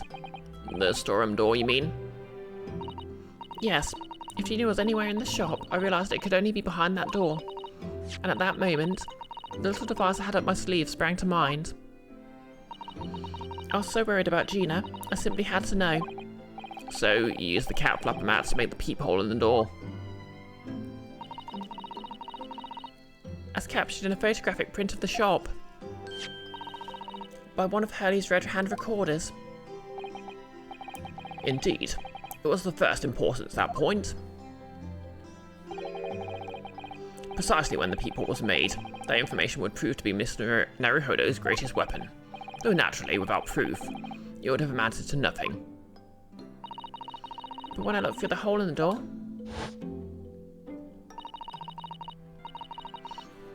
Nolis, no one heck her sleeves are that big. That doohickey is enormous. Well, you see, Nolis, she rolled a natural 20 on her sleight of hand check. A sight that met my eyes made my blood run cold. Thoughts started to run through my mind. I remembered that trial 2 months earlier. The trial of Magnus Begilded. I thought about how he had manipulated the evidence and arranged false testimony to secure his freedom. It made the British justice system feel very dark and sinister to me. And then a terrible thought occurred to me. What if some wicked criminal was planning to do the same thing now? Because from the appearance of the crime scene, it looks exactly as though Gina had shot Mr. Winterbank. Even though I was sure she would never have done such a thing. You're worried that the true culprit would try to frame her for the crime? That's right, but then I realised. It would be very difficult for anyone to give false testimony in this case. What do you mean? Well, the crime appeared to have happened behind the door of a locked room. For someone to claim falsely to have witnessed it, there would have to be a way to see beyond the door.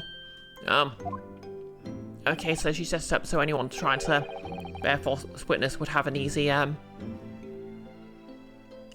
Which a peephole would be the very thing. Only the peephole I had made wasn't actually there until after the crime had been committed, of course. And the criminal would know that, so it wouldn't make any difference. But the possibility of a rather ingenious trap was there, was it not? A trap? Is that why she did it? So is that why you kept it a secret, Susie? You never mentioned that you made the peephole to anyone, not even to the police. I know, and I knew at the time what I was doing was wrong. A criminal offence, even. That's why I decided to confide in Mr. Sholmes. If Mr. Naruhodo was completely backed into a corner, with no other possible means of escape, the truth about the peephole could save him. That was my plan. She really does think of everything. But then, why didn't you just tell me everything before the trial began? My dear fellow, you're not thinking straight.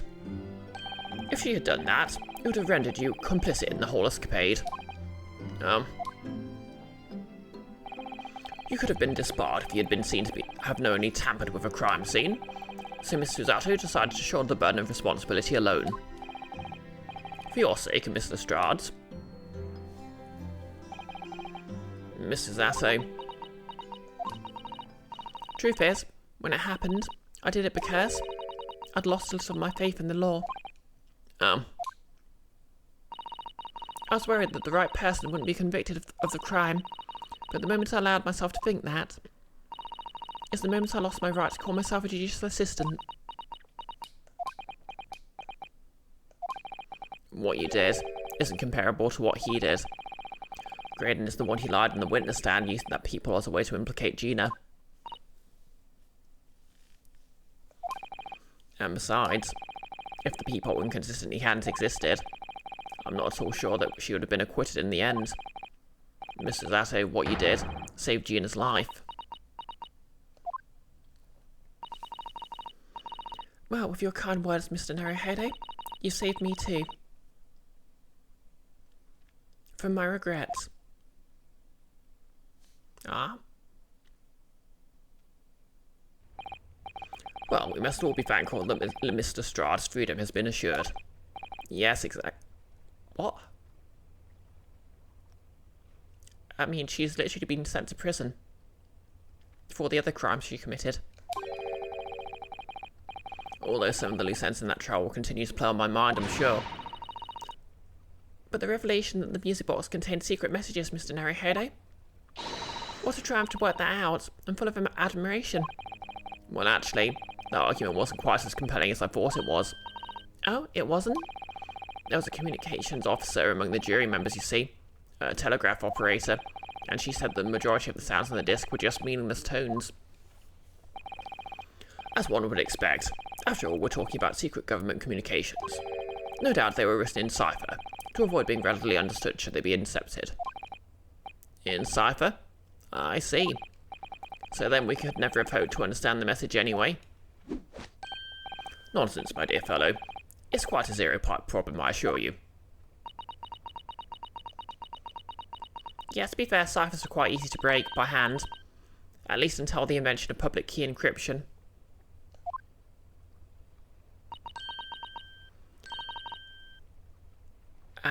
Sogi?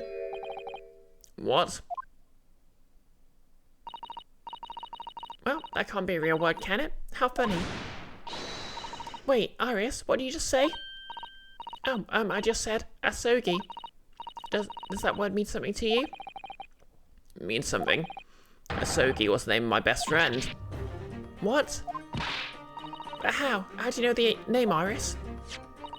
I wrote it down during the trial before, when the message was playing on the music box. She transcribed it on the fly. She really is a genius. I thought the message probably wouldn't have been written out in plain Morse code, so I tried various ways to interpret it. But whatever I tried, the words just didn't seem to make any sense. That is, in English at least.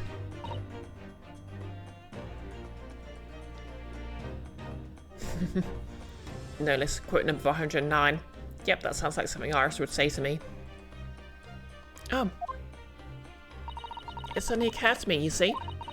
There's more than one Morse code, not just the English variety. Various countries around the world have altered and added some Morse code to use it in their own languages. Okay, I was in Japanese Morse code. I don't believe it. Are you saying? That's right. I've only actually seen a chart of Japanese Morse code once before. But I think it's based on the Iroha-pan gram, isn't it? And you meant to say in Japanese Morse code the message says asogi? Yep, I think so. Sorry, but I don't remember all of the Japanese Morse code. Iris, would you let me see that? Mrs. Asso, do you know it? Do you know Japanese Morse code? Yes, I spent some time studying it. Because I'm quite sure Morse code will become ever more important for international communications. Then I might recommend, my dear madam, that you focus on your efforts on the English version. Be that as it may, Iris, show me the message, please. Of course.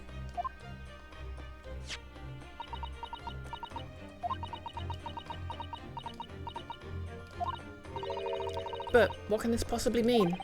Whatever's in that long sequence of supposedly meaningless dots and dashes, it has made the colour drain from Suzato-san's face. Suzato-san just keeps getting terrified by Morse code messages, I guess. There's no doubt this message is written in Japanese Morse code. So the British Empire has been using Japanese for its secret communications. I don't understand the reason why, but the message appears to be a list of 4 people's names. 4 names? The first is Kei Asogi.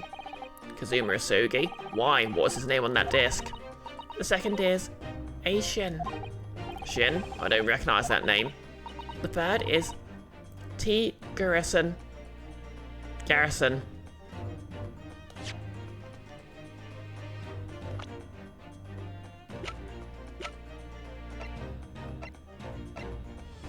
Yeah, that's just Gregson.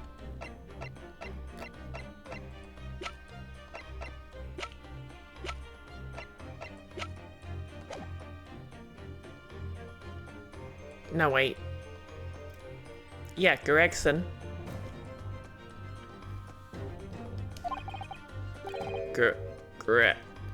Gregson? Oh, it would seem Tobias Gregson is the 3rd man on the list. And what's his name doing in a secret government communication as well? And the last name? Gordon Freeman. What's the matter, Mr. Zato? It's just so strange, so unexpected. Oh, what is it, Susie? Don't keep us in suspense. The last name is J. Wilson. What? Wilson? John H. Wilson? You mean Daddy?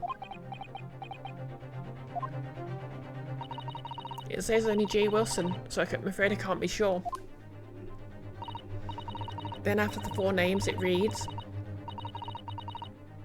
if I translate from Japanese, that is all 4. And that's the end of the message, or rather the end of what you noted down, Iris.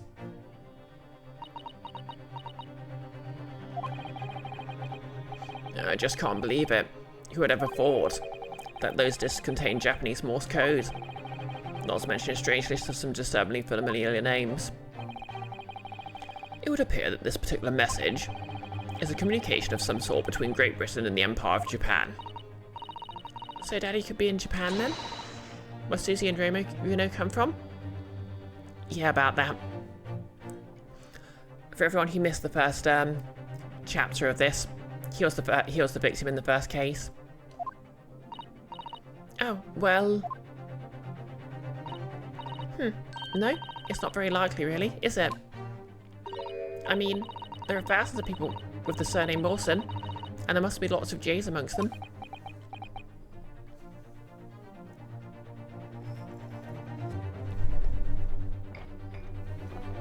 And that's how they dodged that conversation. Professor John H. Wilson, visiting professor of medicine at the Imperial Yuma University. But we can't tell Iris about that now. We just can't. This is so strange. Somehow in solving the case of Mr. Winterbank's murder today, I feel like I've rolled back a boulder at the mouth of a very dark cave.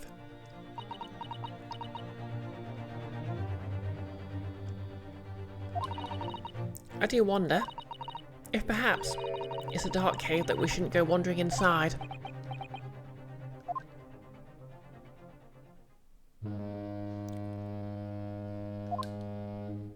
That's a long honk. Oh dear, the ship is going to set sail soon. Yeah, it seems so. I'll sail on that steamship first to the port of Dunkirk in France. Then I'll change onto a larger passenger vessel bound for Japan. Exactly, Nellis.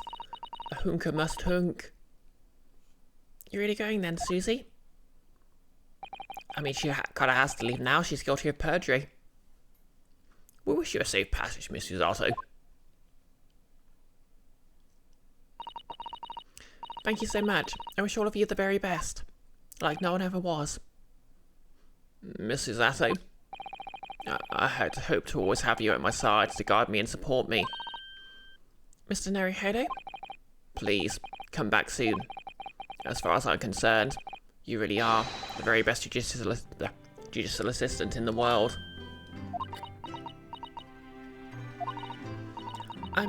I'm quite sure. I'll be back before you know it. Really, Susie? Oh, now don't forget, Iris. I made you a promise I've yet to fulfill. A promise? About your manuscript. Oh yeah, the Hound of the Baskervilles. Well, I'll be waiting for you then, Susie. A promise is a promise. Definitely, Iris.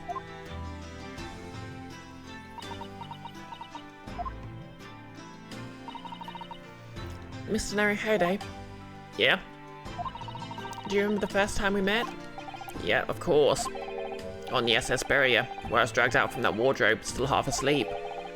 If I remember it rightly, you threw me halfway across the cabin with a Susato takedown. You know very well that I'm talking about after that. It's strange, but being thrown together as we were in that case, I somehow felt straight away that you are the perfect person to continue Kazama-sama's legacy. Mrs. Otto? And my instincts were right. I really want to believe. No, I'm sure that. I'll be back soon. Death is but a door, time is just a window. Farewell until then.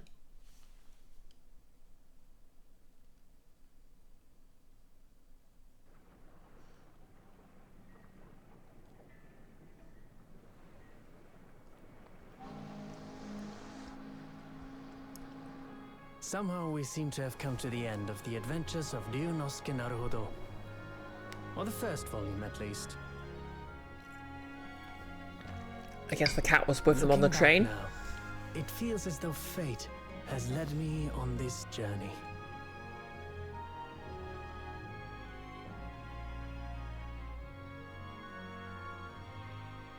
Fate led me to becoming a lawyer, to traveling halfway around the world, to meeting the great detective. I'm sure there'll be trials and tribulations ahead. Of course there will. Why don't you find out what happens to your descendants? But whatever happens, I know I'll be able to turn my fortunes around.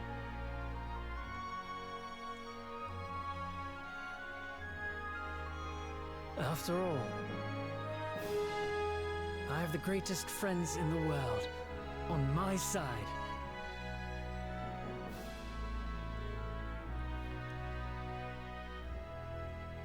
Chandler and Ross? Chandler, Big and Ross?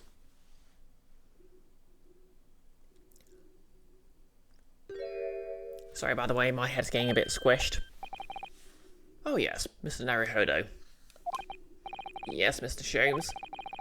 I have some rather awkward news.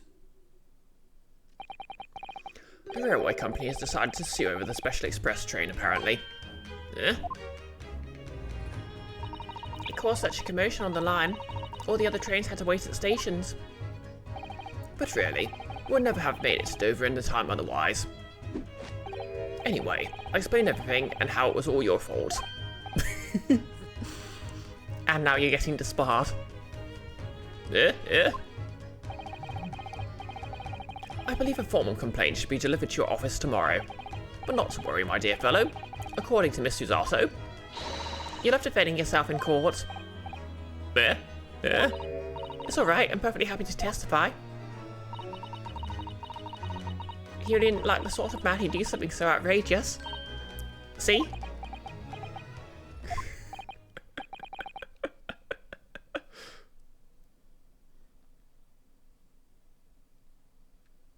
Yeah. Less, good friends, more no good friends. Mr. Sholmes? Yes? A word, if you don't mind. Why, certainly. Any word you like. Bellows out, my dear fellow. Oh yes, I love Bruno's words. I just know the one he'll use here. Then, I really must say... Objection. To be fair, the original Ace Attorney actually ended with the same joke.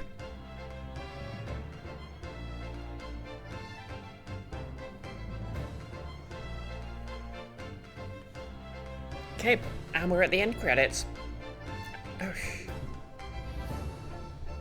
And we're nearly at the 4-hour mark. In the following weeks, hundreds of music boxes arrived at Baker Street from all over Europe. Something was afoot, though it transpired.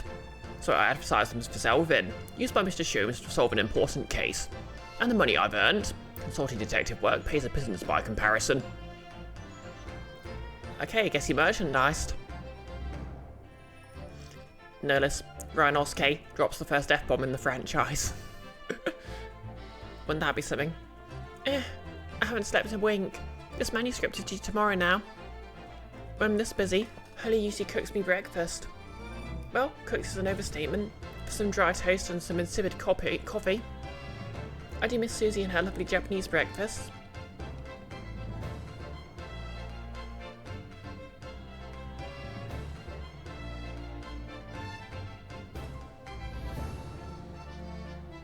Witness, your testimony is riddled with contradictions. Exactly. Ready to rare burns coins hide in the rare stakes themselves. Well, Edenoza knows his father is an innocent man. Or are you calling my son a liar? Witnesses, my courtroom is no place for your petty arguments. Meanwhile, back in Japan, I guess. It took a while it's really taken them like a year to get that trial done. Having delivered the Russian dancer to shore in Shanghai, I laid low on the steamship for a while. But last night, I apprehended an extremely suspicious Japanese national on board. I've done nothing wrong. All I did was give Wahagi's offspring refuge in my pocket. A man brings some kittens on board, and suddenly he's a hardened criminal. It's not fair. Yeah, apparently he did actually write one of his major works was actually a book called I Am a Cat.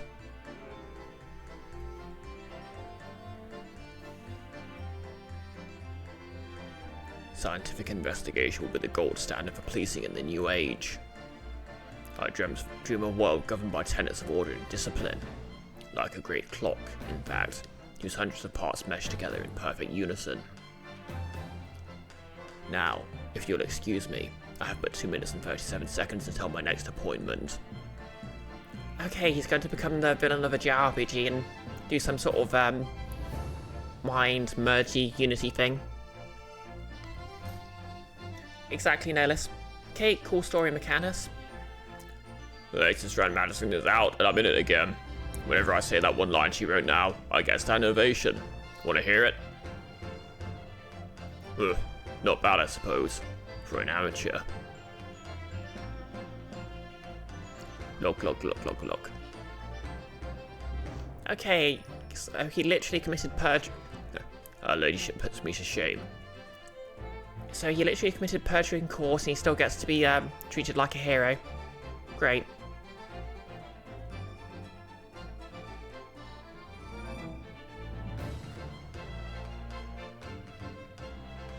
Been visiting the old girl on a daily basis, of course. Joining my old jail bird, must say, battling with those bally stairs every day does wonders with the dicky peck.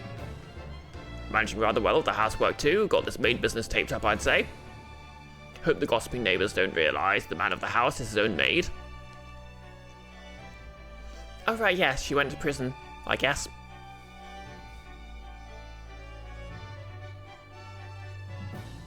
Well, to be fair, it's not like he threw any knives at anyone.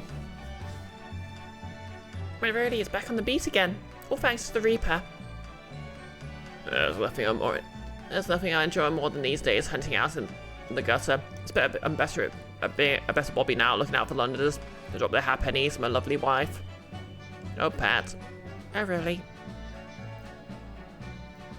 I hate these two so much.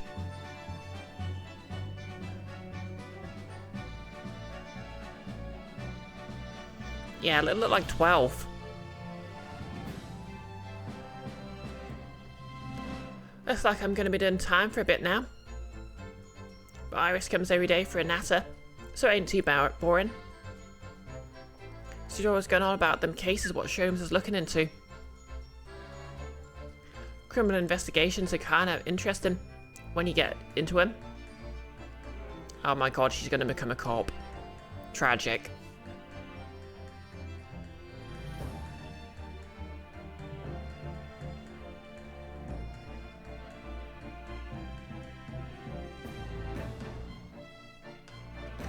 Yes, I renounced my upbringing and chose a life of sophisticated crime. But regrets? Please. Give over, bruv. That ain't the Ash we used to know. We got time in this plan that comes back to Milverton and Skulkin's milk run, right? The Three Musket what's it? Milking the neighbourhood for all it's worth. Okay, back to crime he goes, I guess. Wait, was it clearly indicated he's going to get the death penalty?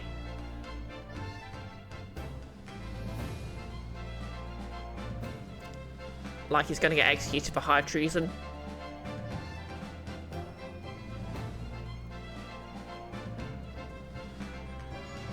This past 6 months has been time I shall remember forevermore. Painful goodbyes and wonderful encounters. I've come to realise that's what life is all about. Naruhodo-san, I promise. Your assistant will return to you one day. But for now, I'll leave you with many memories. And a heartfelt wish. That life will treat you well. Oh yeah, and he also did kill a man after having another man killed.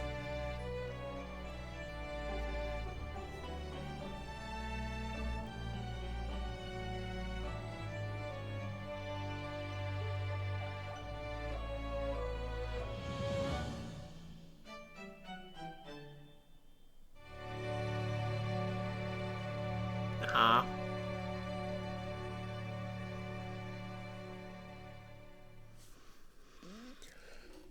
And that's the end of the first game.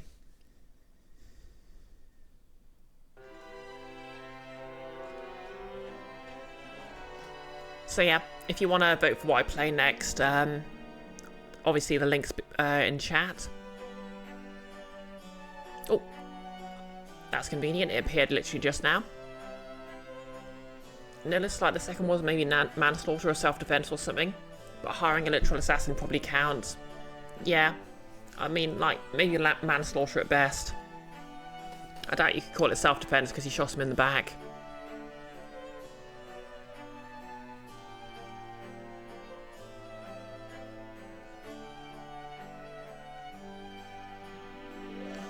Yep, Swan Lady never came up again.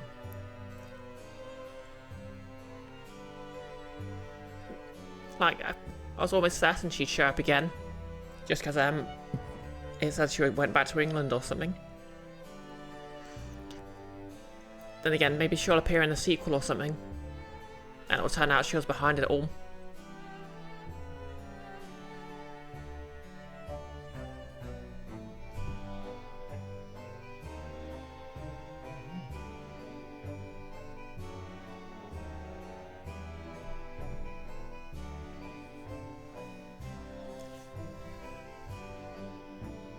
Yeah.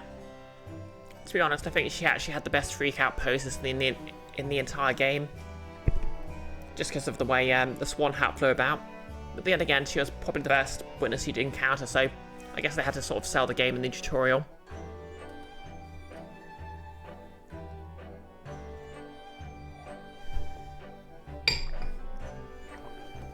Okay, while this is happening, I'm going to take my estrogen. Remember, if you've got any meds, remember to take them.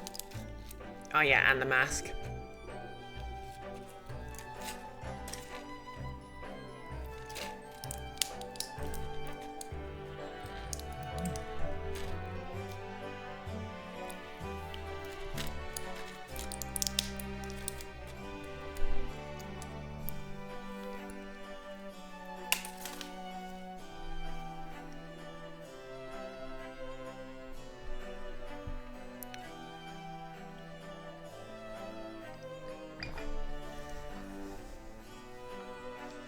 Remember, if you've played like 30 hours of a game, watch the credits.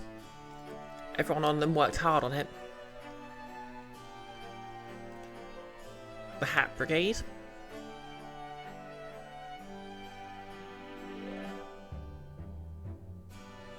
The Evil Leprechaun. Okay, why is everyone calling him short when the coach driver is even shorter?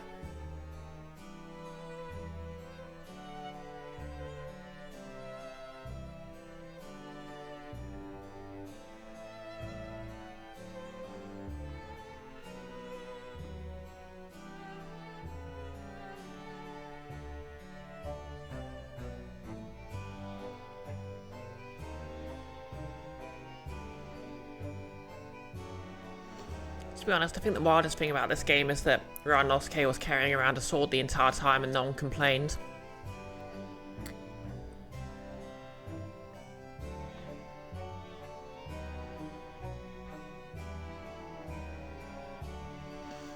Okay, wooden sandals with a western suit as a choice.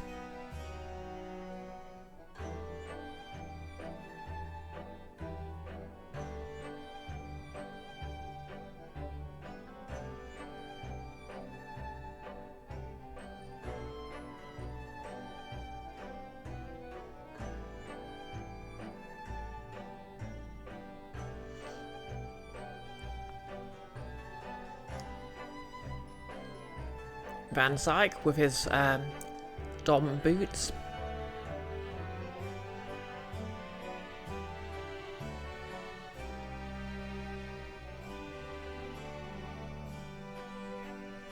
I do like that they basically animated the characters' entire bodies, even though we wouldn't see them much.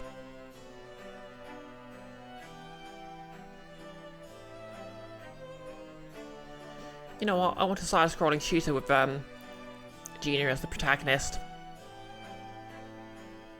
Just so she can shoot things with that grenade launcher.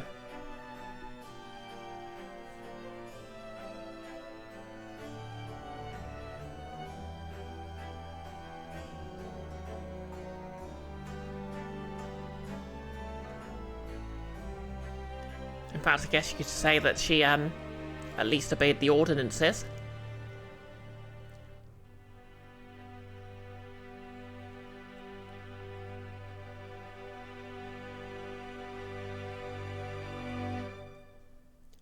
Finn.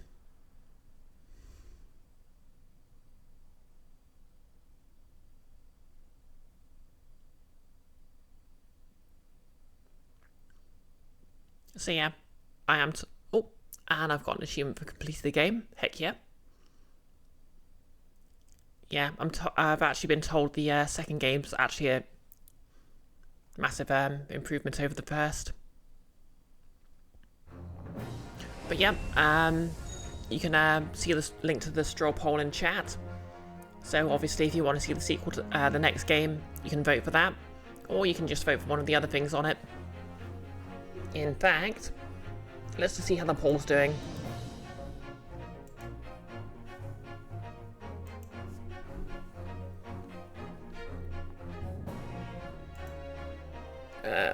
So Aluna and the Necro-Industrialists. That's the Metroidvania I streamed a while ago. Is in first place, but only by one vote. More of the Great Ace Attorney, Cassette Beasts, and Dungeons of Hinterberg all have just one vote less than that. And Golden Sun's trailing behind with just 3 votes. So yeah, if everyone wants to get their votes in.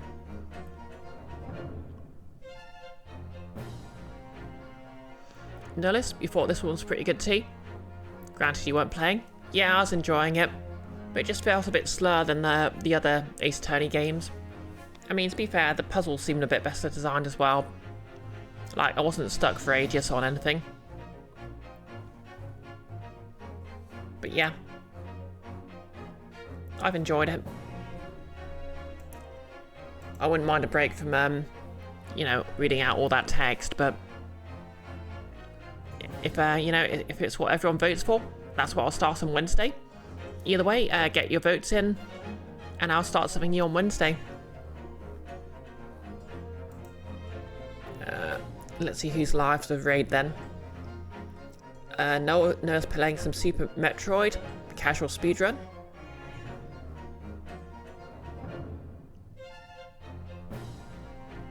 Yep, let's read Noah then.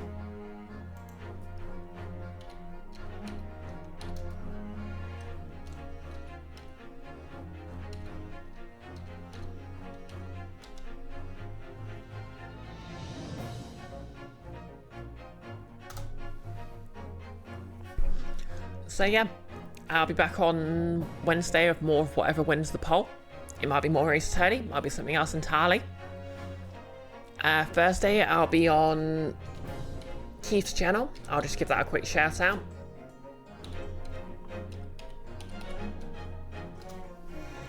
So that's just going to be the final part of this that license level of the Lancer campaign. It's literally just going to be a massive session with the entire, with every PC. I have no idea how he's going to manage that, but I'm sure he will. And Friday is going to be back on this channel for Girl by Moonlight, involving Keith, Nolos who's in chat, and Enfys, who I stream Baldur's Gate 3 with once in a while. Speaking of, we'll be doing that again on Sunday if all goes well. So yeah. Thanks for watching tonight. Have a lovely evening, and we're going to raid in 3, 2, 1. Let's go.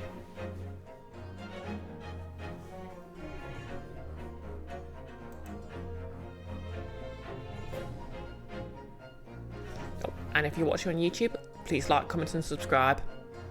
And yes, I have just realised the game's still running. Anyway, I guess leave a comment. What's your favourite video game music soundtrack? And yep, you're still my favourite.